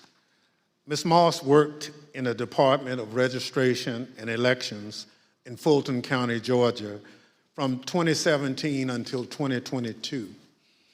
In that job, Ms. Moss handled voter applications and absentee ballot requests and also helped to process the vote count for several elections.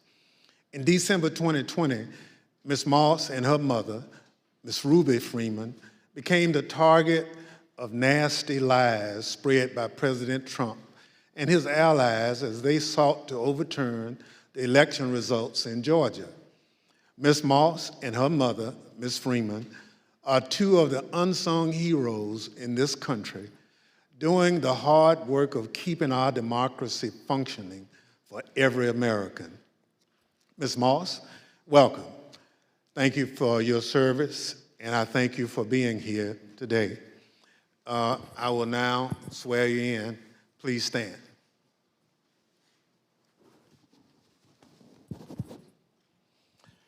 Do you swear or affirm on the penalty of perjury that the testimony you're about to give is the truth, the whole truth, and nothing but the truth, so help you God?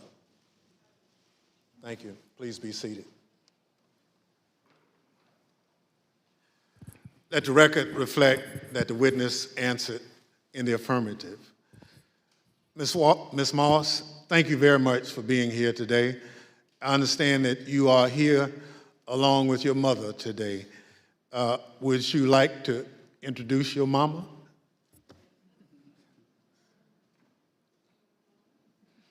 Hi, Mom. Ms. Moss, today we'll be asking you about some of the threats that you received following the 2020 election. Since you've been an election worker for over 10 years, I want to ask you, in your decade of service, had you ever experienced threats like these before?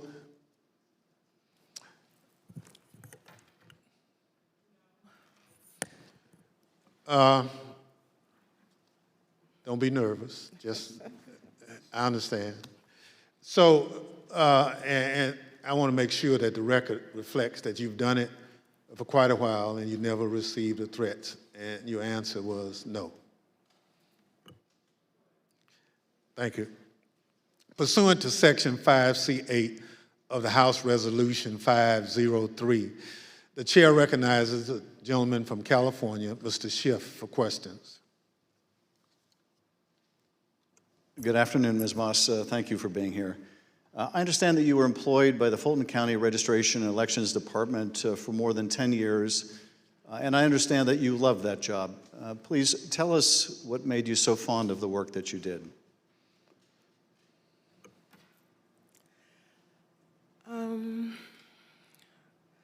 Well, I've always been told by my grandmother how important it is to vote, and how people before me, a lot of people, older people in my family, did not have that right.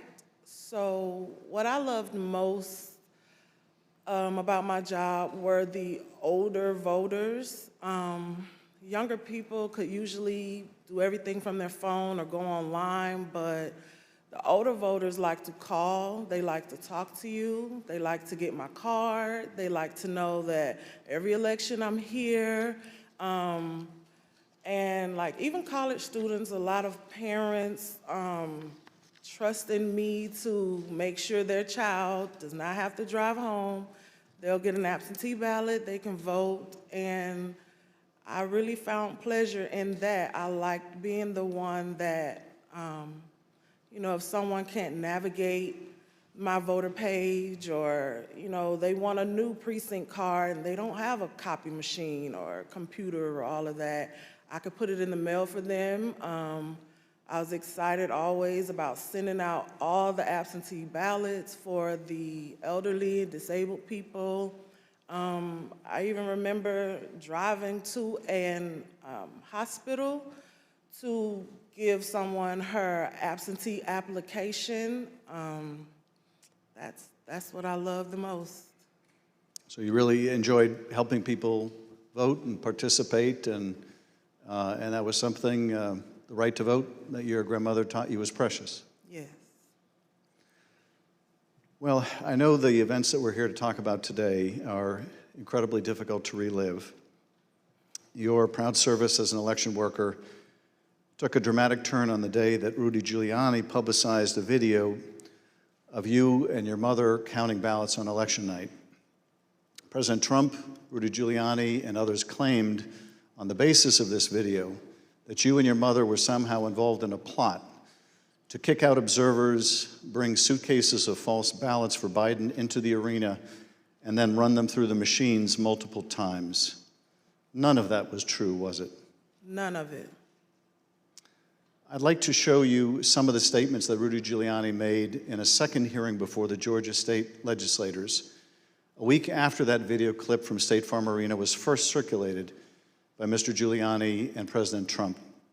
I want to advise viewers that these statements are completely false and also deeply disturbing.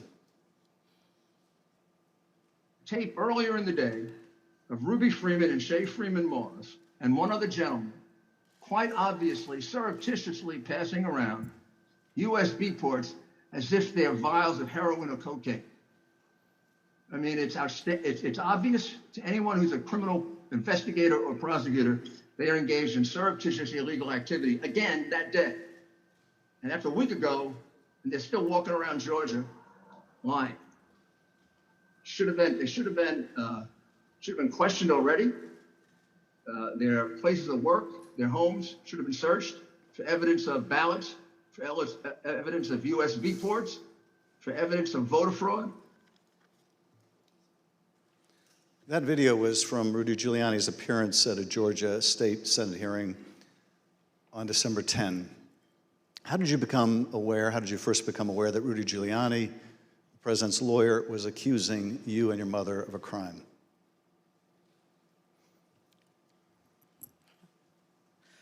I was at work, like always, and the former chief, Mr. Jones, asked me to come to his office. And when I went to his office, the former director, Mr. Barron, was in there, and they showed me a video on their computer. It was just like a very short clip of us working at State Farm, and it had someone on the video like talking over the video, just saying that we were doing things that we weren't supposed to do, just lying throughout the video. And that's when I first found out about it.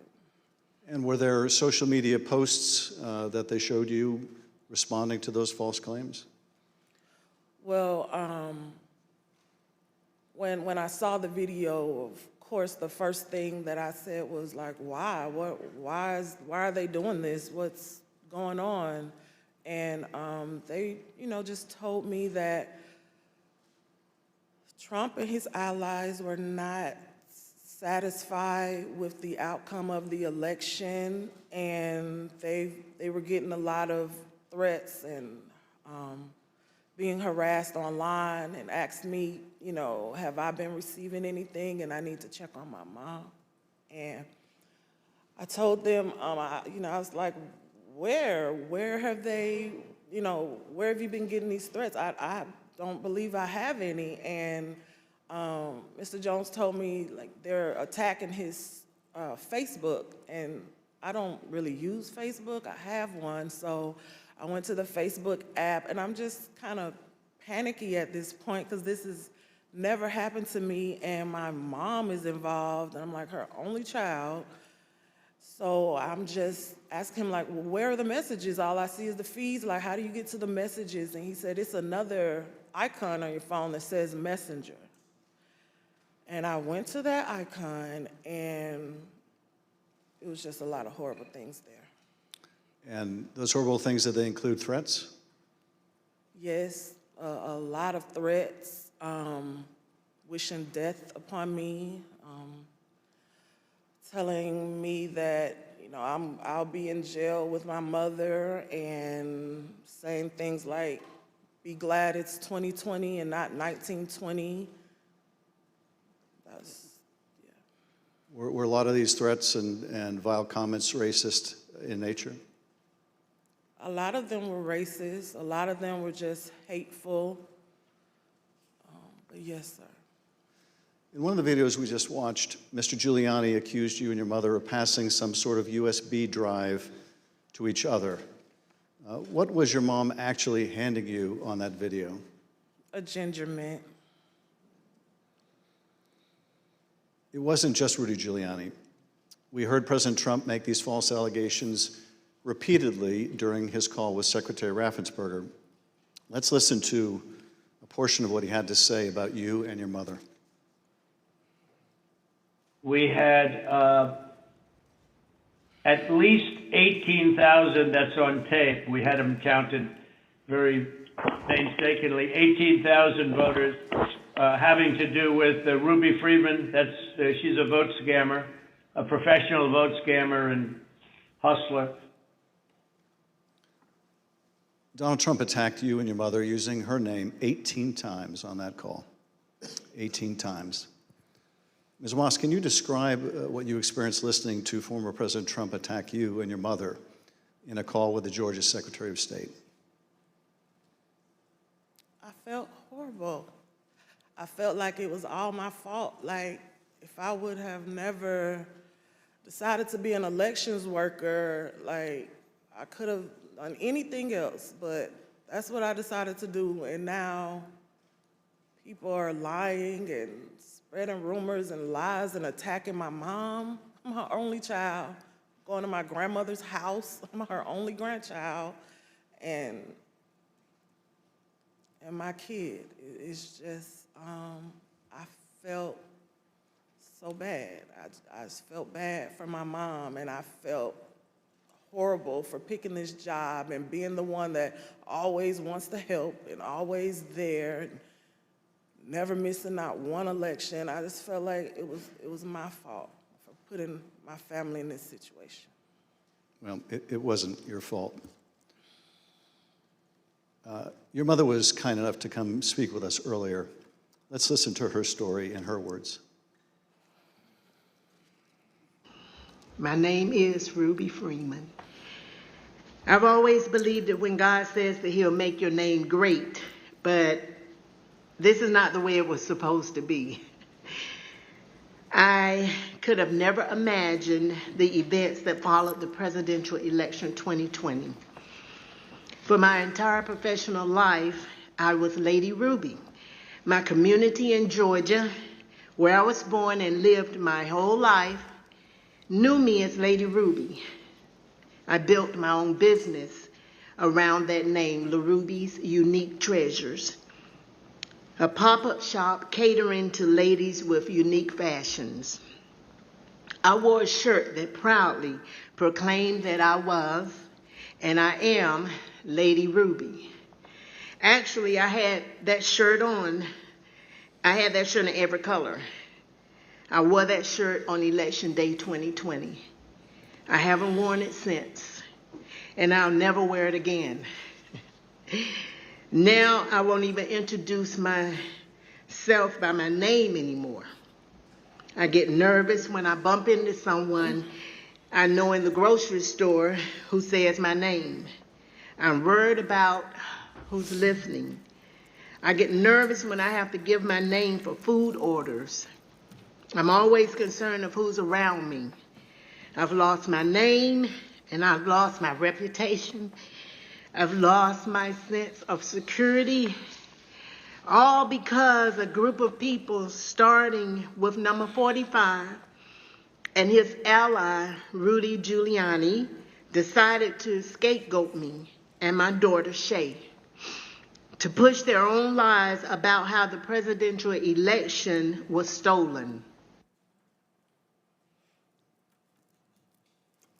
Ms. Moss, how has this experience of being targeted by the former president and his allies affected your life?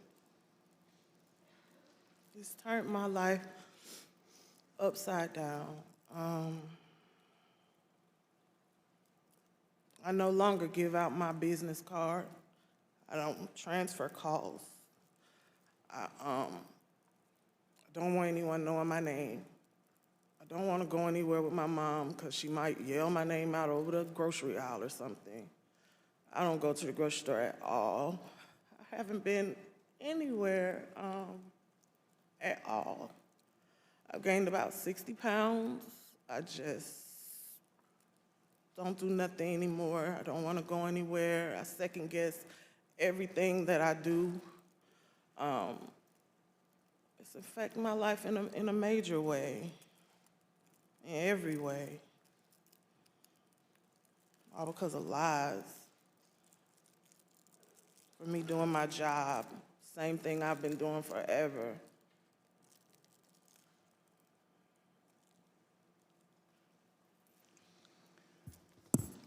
Your mother also told the Select Committee about how she had to leave her own home for her safety and go into hiding after the FBI told her that it would not be safe for her there before January 6th and until the inauguration. Let's listen to a clip of her story in her own words.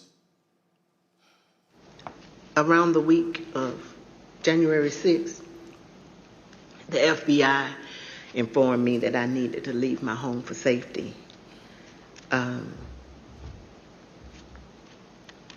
And I left my home for safety around that time. Understood. How long did you stay out? Did you, remain outside of your home for your own safety? I stayed away from my home for approximately 2 months. It was horrible. I felt homeless. I felt, I can't believe this person has caused this much damage to me and my family. To have to leave my home, that I've lived there for 21 years. And, I'm having to have my neighbors watch out for me, and I have to go and stay with somebody. It was hard. It was horrible. And that your conversation with the FBI about needing to leave your home for your own safety, or perhaps recommending it, do you remember, was there a specific threat that prompted that, or was it the accumulation of threats that you had received? What prompted it was getting ready to, January 6th was about to come. And they did not want me to be at home because of all the threats and everything that I had gotten. They didn't want me to be there in fear of, the people were coming to my home, and I had a lot of that. So they didn't want me to be there just in case something happened. I asked, how long am I going to have to be at home? And they said, at least until the inauguration. Ms. Moss, I understand that people once showed up at your grandmother's house. Tell us about that experience. I received a call from my grandmother. This woman is my everything. I've never even heard her or seen her cry ever in my life. And she called me screaming at the top of her lungs, like, Shay, oh my God, Shay, just freaking me out, saying that there were people at her home, and they, they knocked on the door, and of course she opened it and seeing who was there, who it was, and they just started pushing their way through, claiming that they were coming in to make a citizen's arrest. They needed to find me and my mom. They knew we were there. And she was just screaming and didn't know what to do. And I wasn't there, so, I just felt so helpless and so horrible for her. And she was just screaming. I told her to close the door. Don't open the door for anyone. And, she's a 70-something, I won't say, year-old woman, and she doesn't like having restrictions. She wants to answer the door. She likes to get her steps in, walking around the neighborhood, and I had to tell her, like, you can't do that. You have to be safe. she would tell me that at night, people would just continuously send pizzas over and over to her home, and they was expecting her to pay for these large amounts of pizzas, and she went through a lot that she didn't have to. And once again, it made me just feel so horrible. In addition to the personal impact this experience has had on you and your family, one of the things that I find most disturbing is how these lies discourage longtime election workers from continuing to do this important work. Tell us, if you would, of the other election workers shown in that State Farm Arena video and their supervisors. How many are still election workers in Fulton County? There is no permanent election worker or supervisor in that video that's still there. And did you end up leaving your position as well? Yes, I left. Ms. Moss, I want to thank you for coming in to speak with us and to thank you for your service to our democracy. What we have just played is a truly horrible and appalling sample, but just a sample of the things that were said about you and your mother following the election. I want to say how very sorry I think we all are for what you've gone through, and tragically, you're not alone. Other election workers around the country have also been the subject of lies and threats. No election worker should be subject to such heinous treatment just for doing their job. With your permission, I would like to give your mother the last word. Yes. We're just going to play the tape. There is nowhere I feel safe. Nowhere. Do you know how it feels to have the President of the United States to target you? The President of the United States is supposed to represent every American, not to target one. But he targeted me, Lady Ruby, a small business owner, a mother, a proud American citizen who stand up to help Fulton County run an election in the middle of the pandemic. Thank you, Ms. Moss. Thank you, Ms. Freeman, or as America now knows her, Lady Ruby, for your service to Fulton County, Georgia, our country, and our democracy. Mr. Chairman, I yield back. Thank you, Mr. Schiff. Ms. Moss? Yes, sir. I want to thank you for sharing with us the very troubling story of what you and your mother experienced. The harassment of election workers like you simply for doing your duty as public servants poses a threat to our democratic process. Your testimony is an important contribution to the work of our committee and serves as a reminder to all of us that the safety of local election officials is vital to ensuring that our elections are always free and fair. I want to thank our witness for joining us today. The members of the Select Committee may have additional questions for today's witness, and we ask that you respond expeditiously in writing to those questions. Without objection, members will be permitted 10 business days to submit statements for the record, including opening remarks and additional questions for the witness. Without objection, the chair recognizes the gentleman from California, Mr. Schiff, for a closing statement. For more than 200 years, our democracy has been distinguished by the peaceful transfer of power. When an American raises their right hand and takes the presidential oath of office, they are transformed from an ordinary citizen into the most powerful person in the world, the president. This is an awesome power to acquire. It is even more awesome when it is handed on peacefully. When George Washington relinquished the office of the presidency, it set a precedent that served as a beacon for other nations struggling against tyranny.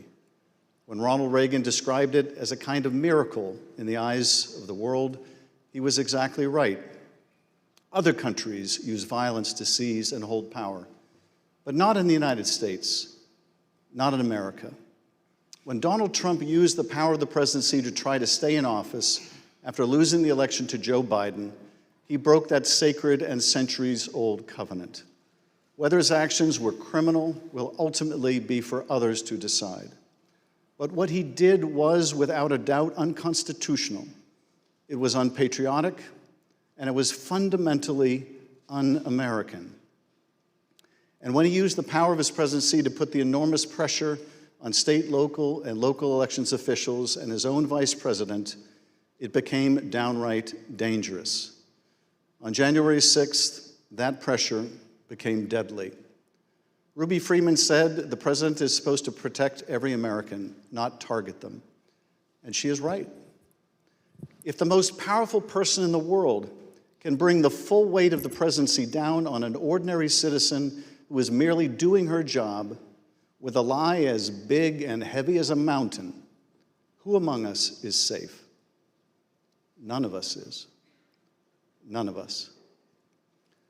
In city councils and town councils, on school boards and election boards, from the Congress to the courts, dedicated public servants are leaving their posts because of death threats to them and to their families. This is not who we are. It must not become who we are.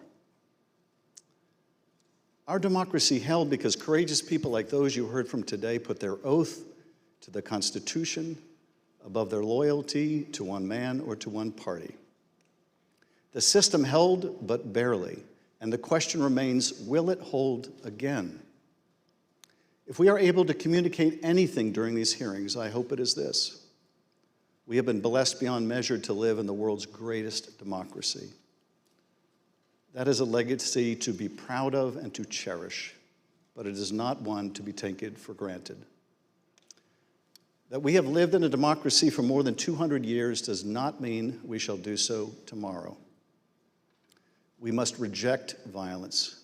We must embrace our Constitution with the reverence it deserves, take our oath of office and duties as citizens seriously, informed by the knowledge of right and wrong, and armed with no more than the power of our ideas and the truth, carry on this venerable experiment in self-governance.